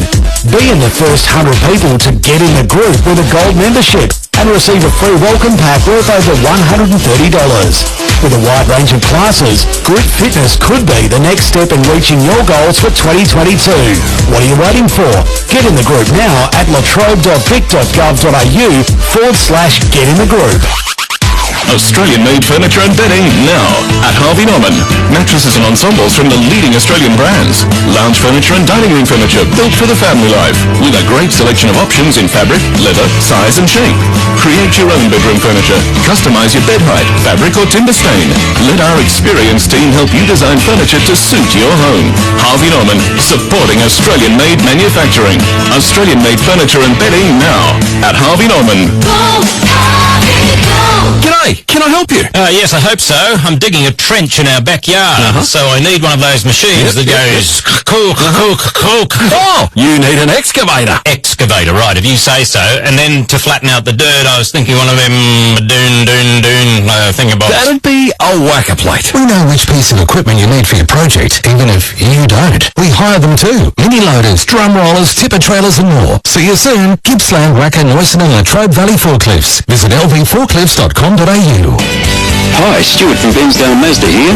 We currently have a great range of brand new Mazda CX-5 Max Sports in stock and ready for you to drive away. The Mazda CX-5 Max Sport is currently my favourite SUV on the market, and it comes with heaps of trimmings like blind spot monitoring and dual zone climate control.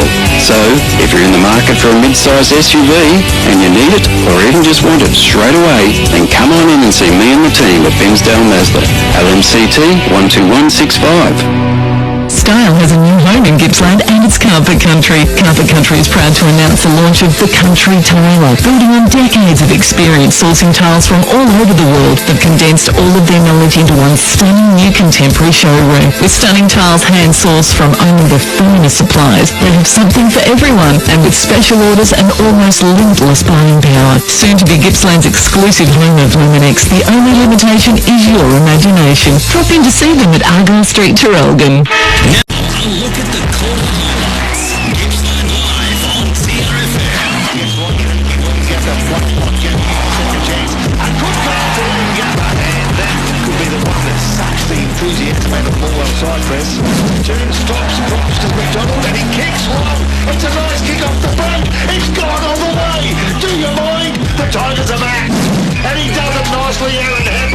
And that's one that got away for the home side.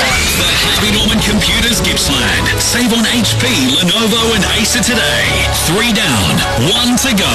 The final quarter is about to start. This is Gippsland Live on TRFM. Three-quarter time, and it is Leongatha. They put the foot down that quarter, 3-1. The Tigers were gallant, but the Leongatha side just a little bit more polished. And they get out to a 28-point margin, 6-9-45 Leongatha. Morwell a 2-5-17. All the inside 50s will favour the Tigers, but they couldn't capitalise on the scoreboard. Paul Carter for Gippsland Ozuza Ute this afternoon. Some of the key stats.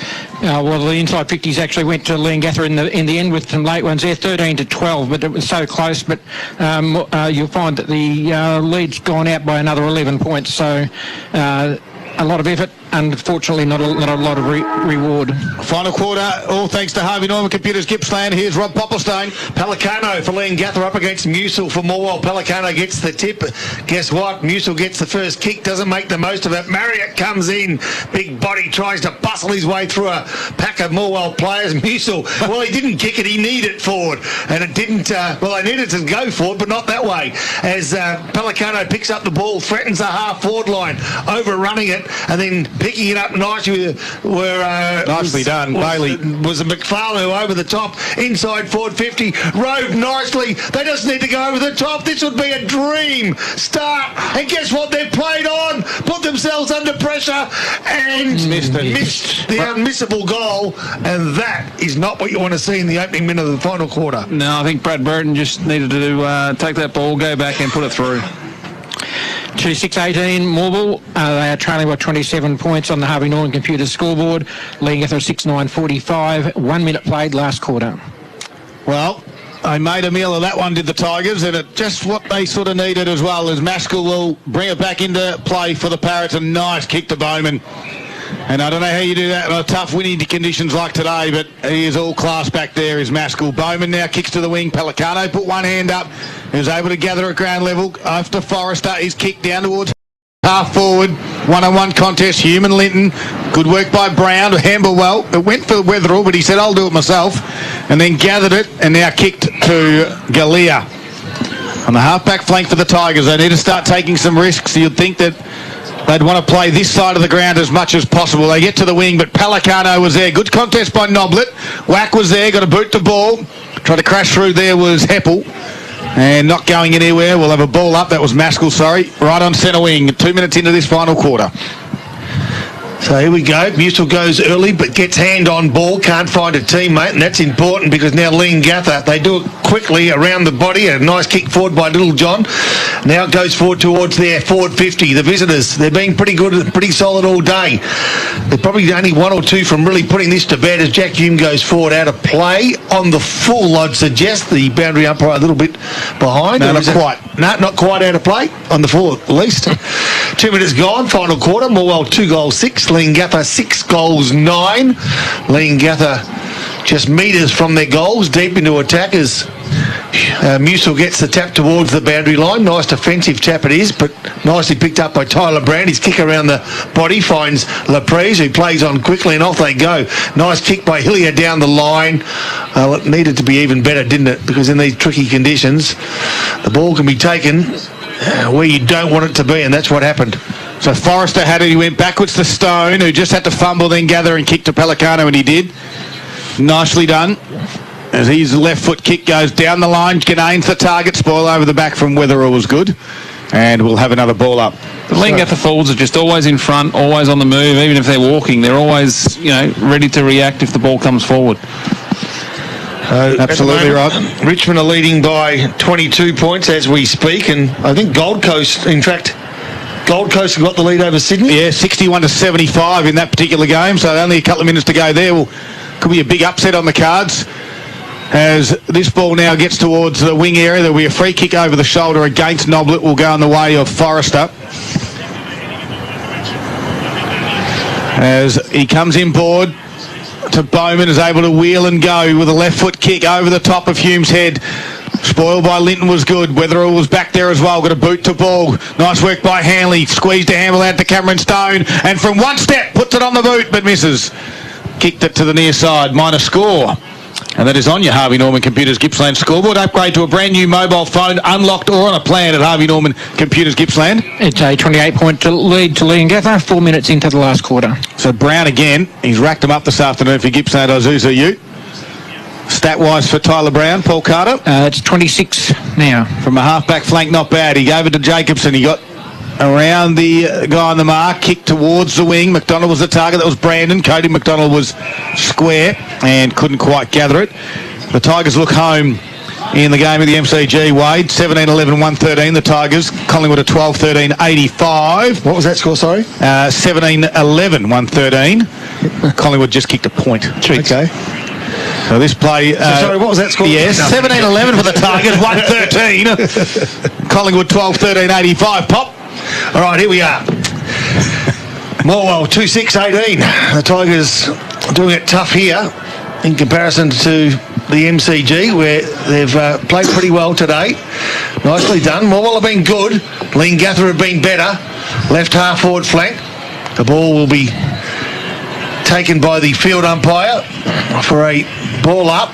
Pelicano gets the tap. Musil, nicely done. Quick hands on the end of it. He's been good today. Boyd Bailey feeds it off and off they go. The Tigers defence into attack real quick and a good mark on the arc of 50. They haven't given it up yet. Brandon McDonald, who's kicked a goal. He's going to go for his second. It's a long kick. Needs a favourable bounce. Doesn't get it.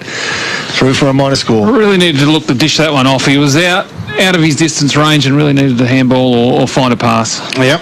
Morwell 2-7-19, Leongatha 6-10-46, Harvey Norman Computer scoreboard, 6-minute mark, final quarter. It's been those moments throughout the day the Tigers haven't been able to capitalise, and Leongatha's smarts and experience have. That's all thanks to the Morwell Bowling Club this afternoon. Pot and Palmer night tonight. This ball back half forward for the Tigers. Brereton handballed over his shoulder, and working hard there was Jacob Lammers to see it go over for a boundary throw-in. Right in front of Campbell Blewett as well, who's been a solid defender.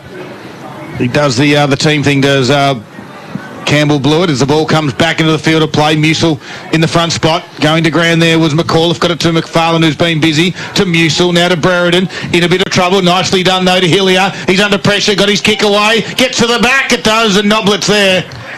And he goes down and takes the mark, and he'll go back tight angle. This is a tough shot from here. The breeze is absolutely blowing a gale from right to left. He's on a fairly tight angle on the grandstand side at Morwell, kicking towards the highway end of the ground.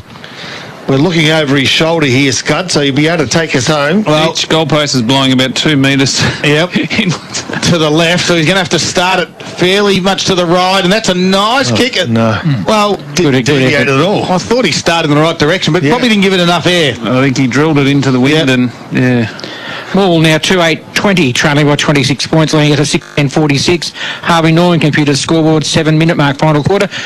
Justin Pelicano just limped off. Well, don't forget the best range in brands of Apple, Samsung, Nokia, Oppo and more at Harvey Norman Computers Gippsland. And of course Mother's Day is tomorrow.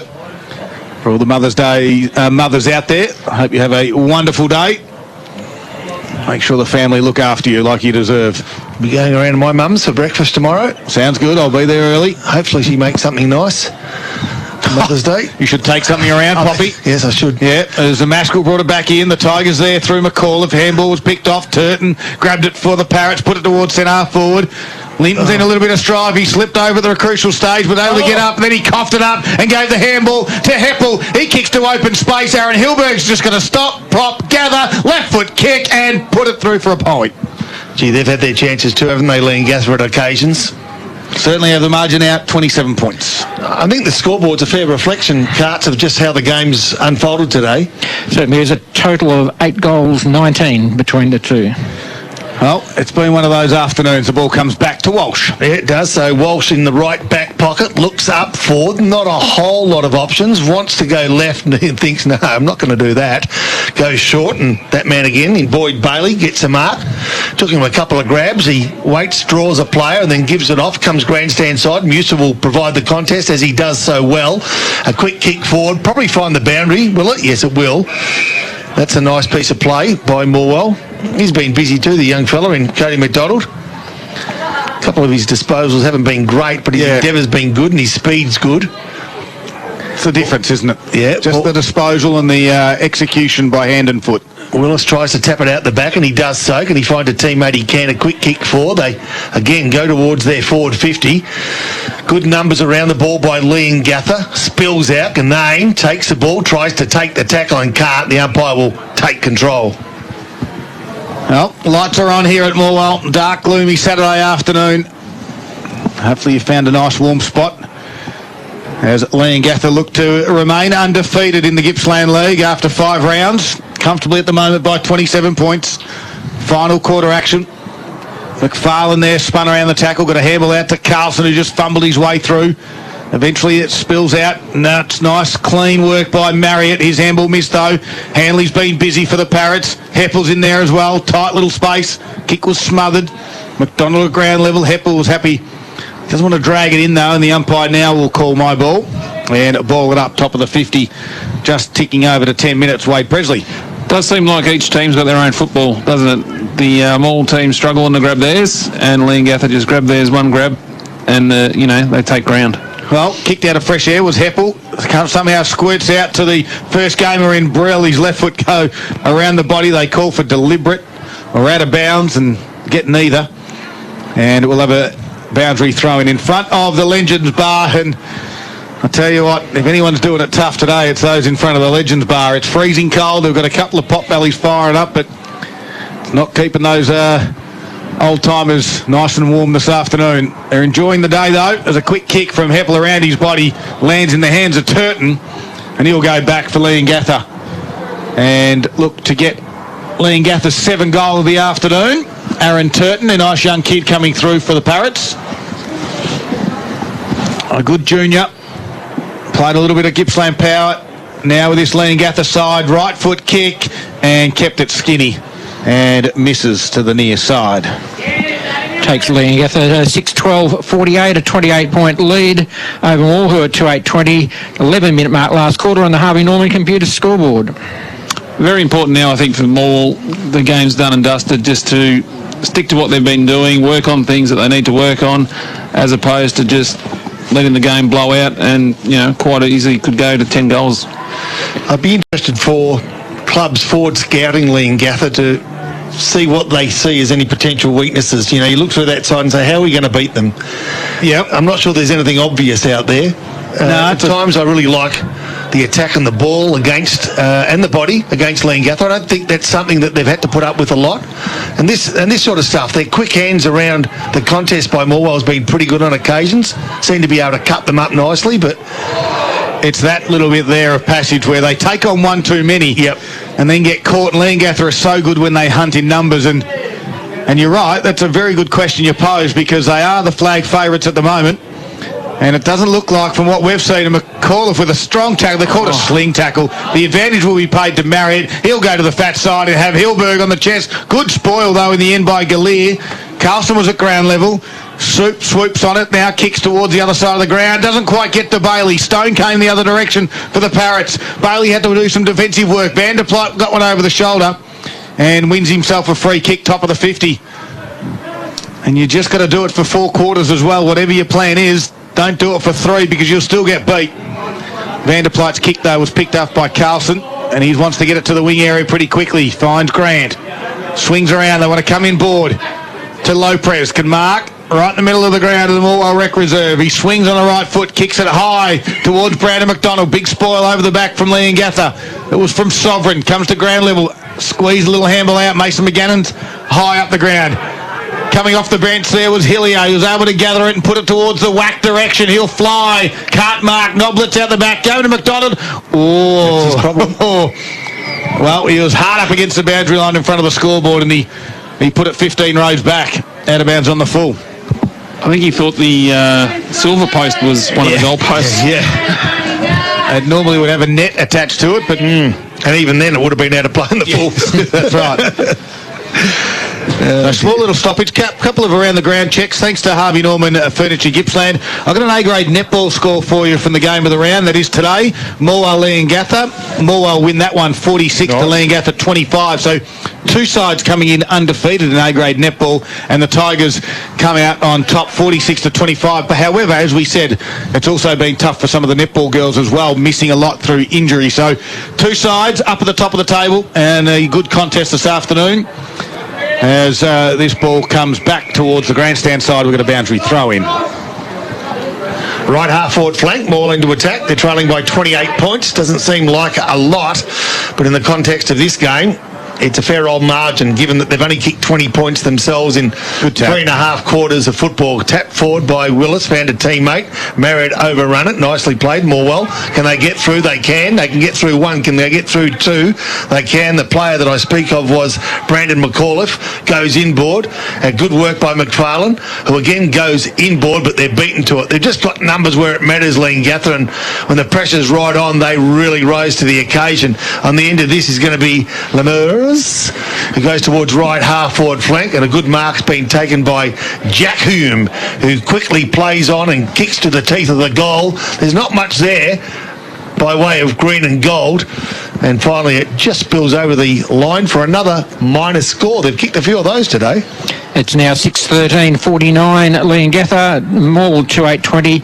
15-minute mark last quarter. Harvey Norman Computers scoreboard. Quick play on. Galea got it out towards Jacobson. His kick to the wing was picked off though. Here's Marriott. Chiseling kick inboard. Found a teammate there. That looks to be Hanley. His kick though was picked off by Tyler Brown. I'll tell you what, he's been in some good form over the last 2 weeks. Chiseling kick to Grant, who couldn't quite mark it. Ball's now in dispute. Lopez did well, gave a handball to Grant.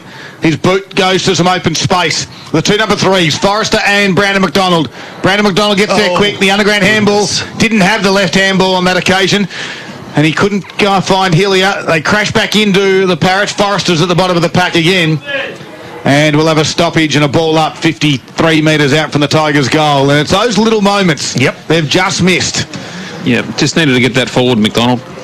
A couple of times we've said that he needs the handball, and a couple of times he needed to kick. That probably needed a kick forward to the open space when he tried to handball. So he's had a tough afternoon, and the Parrots will clear this out again. Vanderplyt chipping kick out towards Stone, but Blewett did well. And then will win himself a free kick for holding the man. And of course, it's very easy for us up here in the commentary box of all the things we should be doing. Yeah, we did it. Here's Whack. He's going to dribble it off the ground, and then it goes over for a boundary throw-in. But you're spot on, Poppy. It looks easy from up here. And it is tough conditions, as we've spoken about all afternoon.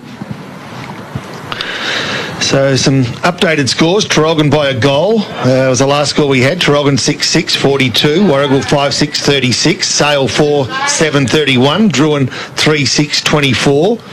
The last score we had at Wonthaggi 3-4. Maffra 1-5. We'll update that one. And Moe were comfortably leading Bensdale. We've got some AFL final scores for you. The Tigers have defeated the Pies 17-11, 1-13. Defeated Collingwood 12-14, 86. 27-point margin. And I can tell you that the Gold Coast Suns have won.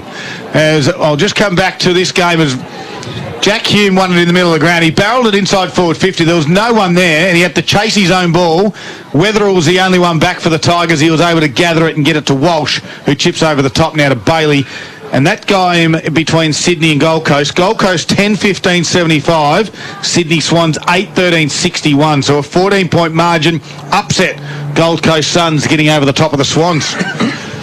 I just can't get on the Gold Coast at the right time. Had them last week, couldn't get them this week. Anyway, story of my life at the moment. Missed the third leg of the quaddie in Melbourne. Had two in the last league. One was paying 600,000 and the other one was paying 48,000. Only 10%. Would have been a nice way to finish the Saturday. Would have been. Yeah. Not to be, though. Would have got my mum a bunch of flowers and now. McFarlane's played well for the Tigers. Got a handball out to Musil. Now to McAuliffe. Back to Walsh. His kick went to Hillier, but it was picked off. Forrester's been good for the Parrots. And he gets it to the near side, the grandstand side, that is Aaron Hilberg. Marks in front of his eyes, plays on quickly, puts it out in front of Jack Hume. Linton will spoil. It's 2-on-1. Brown comes in to help. Nice handball out the back to Blewett, who gets a handball across now to Linton, spins around, loses the football, then kicks it off the ground and says, I don't want anything to do with it. As McAuliffe came the other way, Walsh was good, gave it to Tyler Brown. His kick was smothered by Bowman and crawling on all fours, taps it out. Archie Grant got wrapped up in a tackle. Ball bobbles out still, and Bowman goes again, and Brown says, I'll tackle you and put you to the ground. And the umpire will ball it up. 18.5 minutes. Rain starting to fall again. It's 30 disposals to Tyler Brown. Of a half-back flank, be a fair chance he makes the Gippsland Live Team of the Week again. 2 weeks in a row for Tyler Brown. As Walsh has done well there, although Hilberg goes to ground. Hillier tried to rip him off the footboard. He didn't have it. Umpire said, I didn't see it. How did your thirds go this morning, by the way? Thanks for asking. Got done by 4 points. Oh, goodness. Yeah. Coach's error. Take full responsibility. I front the board on Tuesday. The president said he's got full confidence in you, don't you? So you're right. Yeah. He should be fine. Not stuffed. Frog marched me out the door, I think. 19 minutes and a half in this final quarter. 29 points. It's just fading out now. As Wade said a little earlier, it's great to have Wade here this afternoon too, all thanks to Carpet Country, helping dreams become a reality since 1981. And the good mark there will go to Big Ben Willis. Pop? Yep, he's nice and solid and loves these sort of conditions. In fact, Leongatha love any conditions, don't they?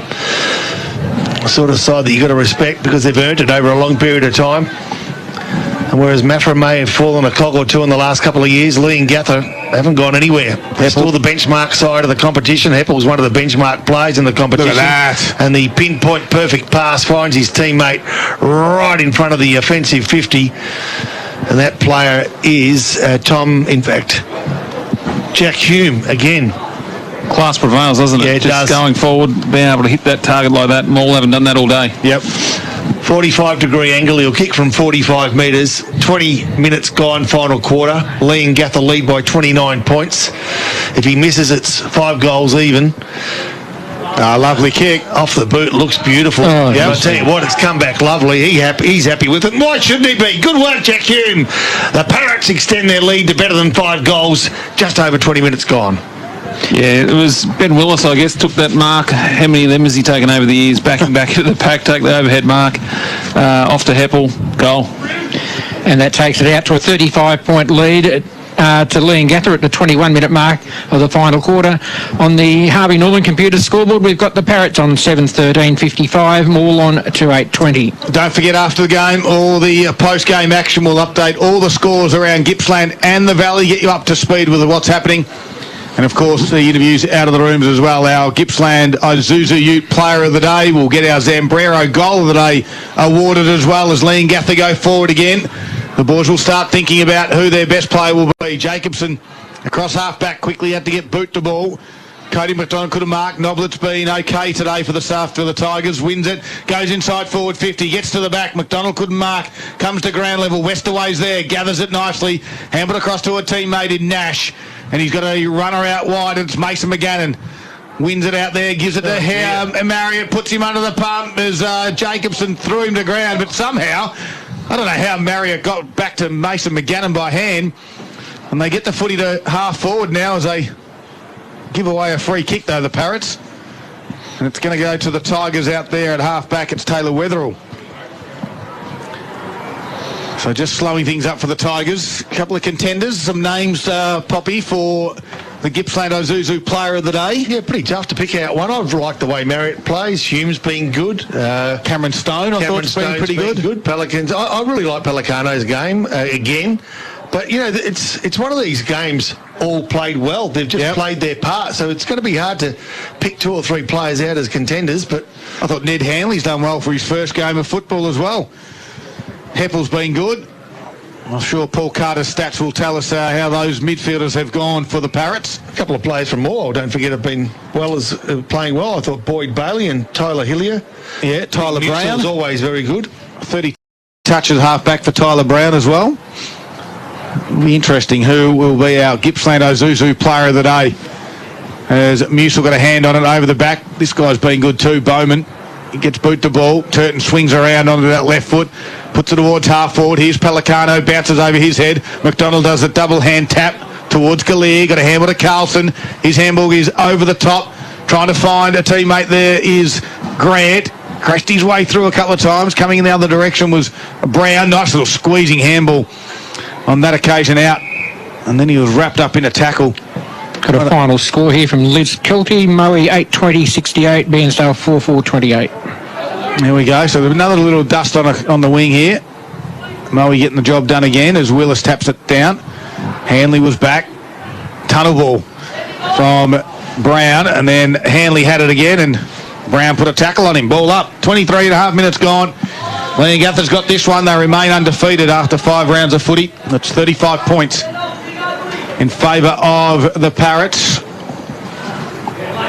And Musil got it down. Heppel tried to punch it forward again. Good work across half-back on this occasion by Nash. The Tigers have got some numbers. McFarlane to Jacobson. Kick around the body was smothered by Mason McGannon, and then through the footy. The advantage will be paid to the Tigers. James Jacobson was on the end of it. Kicks to Brandon McDonald. Can't mark. Sovereign was back there. Wrapped up in a whack tackle. Still got him. The umpire says my ball. And we're going to ball up inside forward 50 for the Tigers. So the Tigers' goals are just 40 metres ahead. They haven't managed to threaten them too many times today. In fact, they only managed to find them twice, threaten them plenty. 8 behind. 2 goals 8 are Morwell. Leongatha 7 goals 13. As Sovereign takes the ball out of defence for Leongatha. Will he find the boundary? He will at right half-back flank. So no real surprises as far as I can see. I guess the Warragul-Traralgon game is going to come down to the wire. Yeah. Last three-quarter time score there, 36-42 in favour of the Maroons. And Druin weren't out of the game between themselves and Sale, just 7 points down, three-quarter time in that game. Wonthaggi had managed to keep Maffra at arm's length. But I reckon it might have been blowing a gale, or maybe even worse. In their home game against Maffra, the Power, of course. Warragul at the moment have got the edge on Traralgon. Wow. The Warragul side 8-8, Traralgon 7-7, whereas Sale have bounced away from drawn and lead by 21 points at the moment. So that could be another game from Warragul. As we said pre-game, you're just not sure what you're going to get from the goals. Well, I can tell you that Stony Creek have defeated Yunar by a point. Wow. And, of course, Stony Creek have the connection with Leongatha with their ex-coach, ex-player from Leongatha going over to coach over at Stony Creek. And they have a very good win over the Pies. So they'll be pretty happy with that victory, you would think, for Stony Creek. Big win for them. They've been pretty good, the Lions, this year. So well done to Stony Creek, because you know the Magpies have been sensational form the last fortnight. Got close games between Thorpedale and Ballara, and Morwell East were on top of Fish Creek. Foster bounced back against Newborough today in a big way, and Mooboo North may have got their first win in 4 rounds of football today against MDU. So back here, it's all Leongatha, 35 points the margin as the Tigers go forward through Cody McDonald, but Cade Maskell marks inside his defensive 50. He was a loose man back there. He squares it up to Westerweight. They've just been able to control the footy, and they've been able to exit their defensive half a lot easier than what the Tigers have. As Nash went short to Turton, got a handball out to Sovereign. Little chip kick will do the job, and gets to Ned Hanley. He's been busy this afternoon. Hanley's inboard kick to Little John was okay. And they can look at the ground they've got here. Mason McCannon is the one at centre half back. He's got Bowman or Willis, and he decides to go to Bowman. It's a better option because it was straight down the middle of the ground. It's centre half forward now. Bowman unloads for Leongatha, top of the square. Big fly there was from Brill. Comes to ground level. They tap it down. Pelicano had a fresh area. Eventually got his left foot on it, and it goes through for another goal. And Pelicano's got 2 this afternoon. The margin's out to 41 points. And in the end, it looks like a bit of a shellacking. Maskell's been really good at that all day, knowing when to drift off his player, fill that hole, take the mark, and they rebound, and there, exactly, straight a goal. Who was that? Pelicano. Yep. As Darryl said, a 41-point lead, 27 minutes into the final quarter. Harvey Norman computer scoreboard reading Leongatha 8-13-61, Morwell 2-8-20. Well, it has been, and I think you mentioned this, didn't you, Wade, that they've beat Gallup, the Tigers, but it's going to get out to we're 41 now. We've still got a little bit to go, and this is where the Tigers need to, just need to stem the tide, because Leongatha have been great. As Westaway took that mark, although he gave away a free kick for a push in the back, and the Tigers will have a shot on goal. It's going to go to Brandon McDonald. So big moments brought to you by Morwell Bowling Club this afternoon. Pot and Palmer night is tonight. Head along to the Morwell Bowling Club from 5:30 tonight. Just over half an hour's time. $20. You'll get one for the Morwell Bowling Club as Brandon McDonald comes in directly in front, puts it on its way, and misses. Yeah, he's had a dirty day, I suppose. Key forwards don't like these sort of conditions, but yeah, poor old BMAC has had much of a day. Margin now 40 points, 61-21, 29-minute mark. So Sam Forrester for the Leongatha side will run the ball from full back, plays on, runs the full 15, kicks 45, looking for Willis. Musil over the top, punches to the front of the pack. Nicely roved there was Cameron Stone. He was had the ball taken off him from McDonald. Now the 1-2 turns into 3. Quick forward by Boyd Bailey. And unfortunately, as the final siren goes, Morwell can't do any more than what they've done, and they've been gallant in defeat, but defeat it's been for the home side. Yeah, the Parrots remain undefeated after 5 rounds. They're 5 wins and 0 losses, and they get the job done this afternoon. A 40-point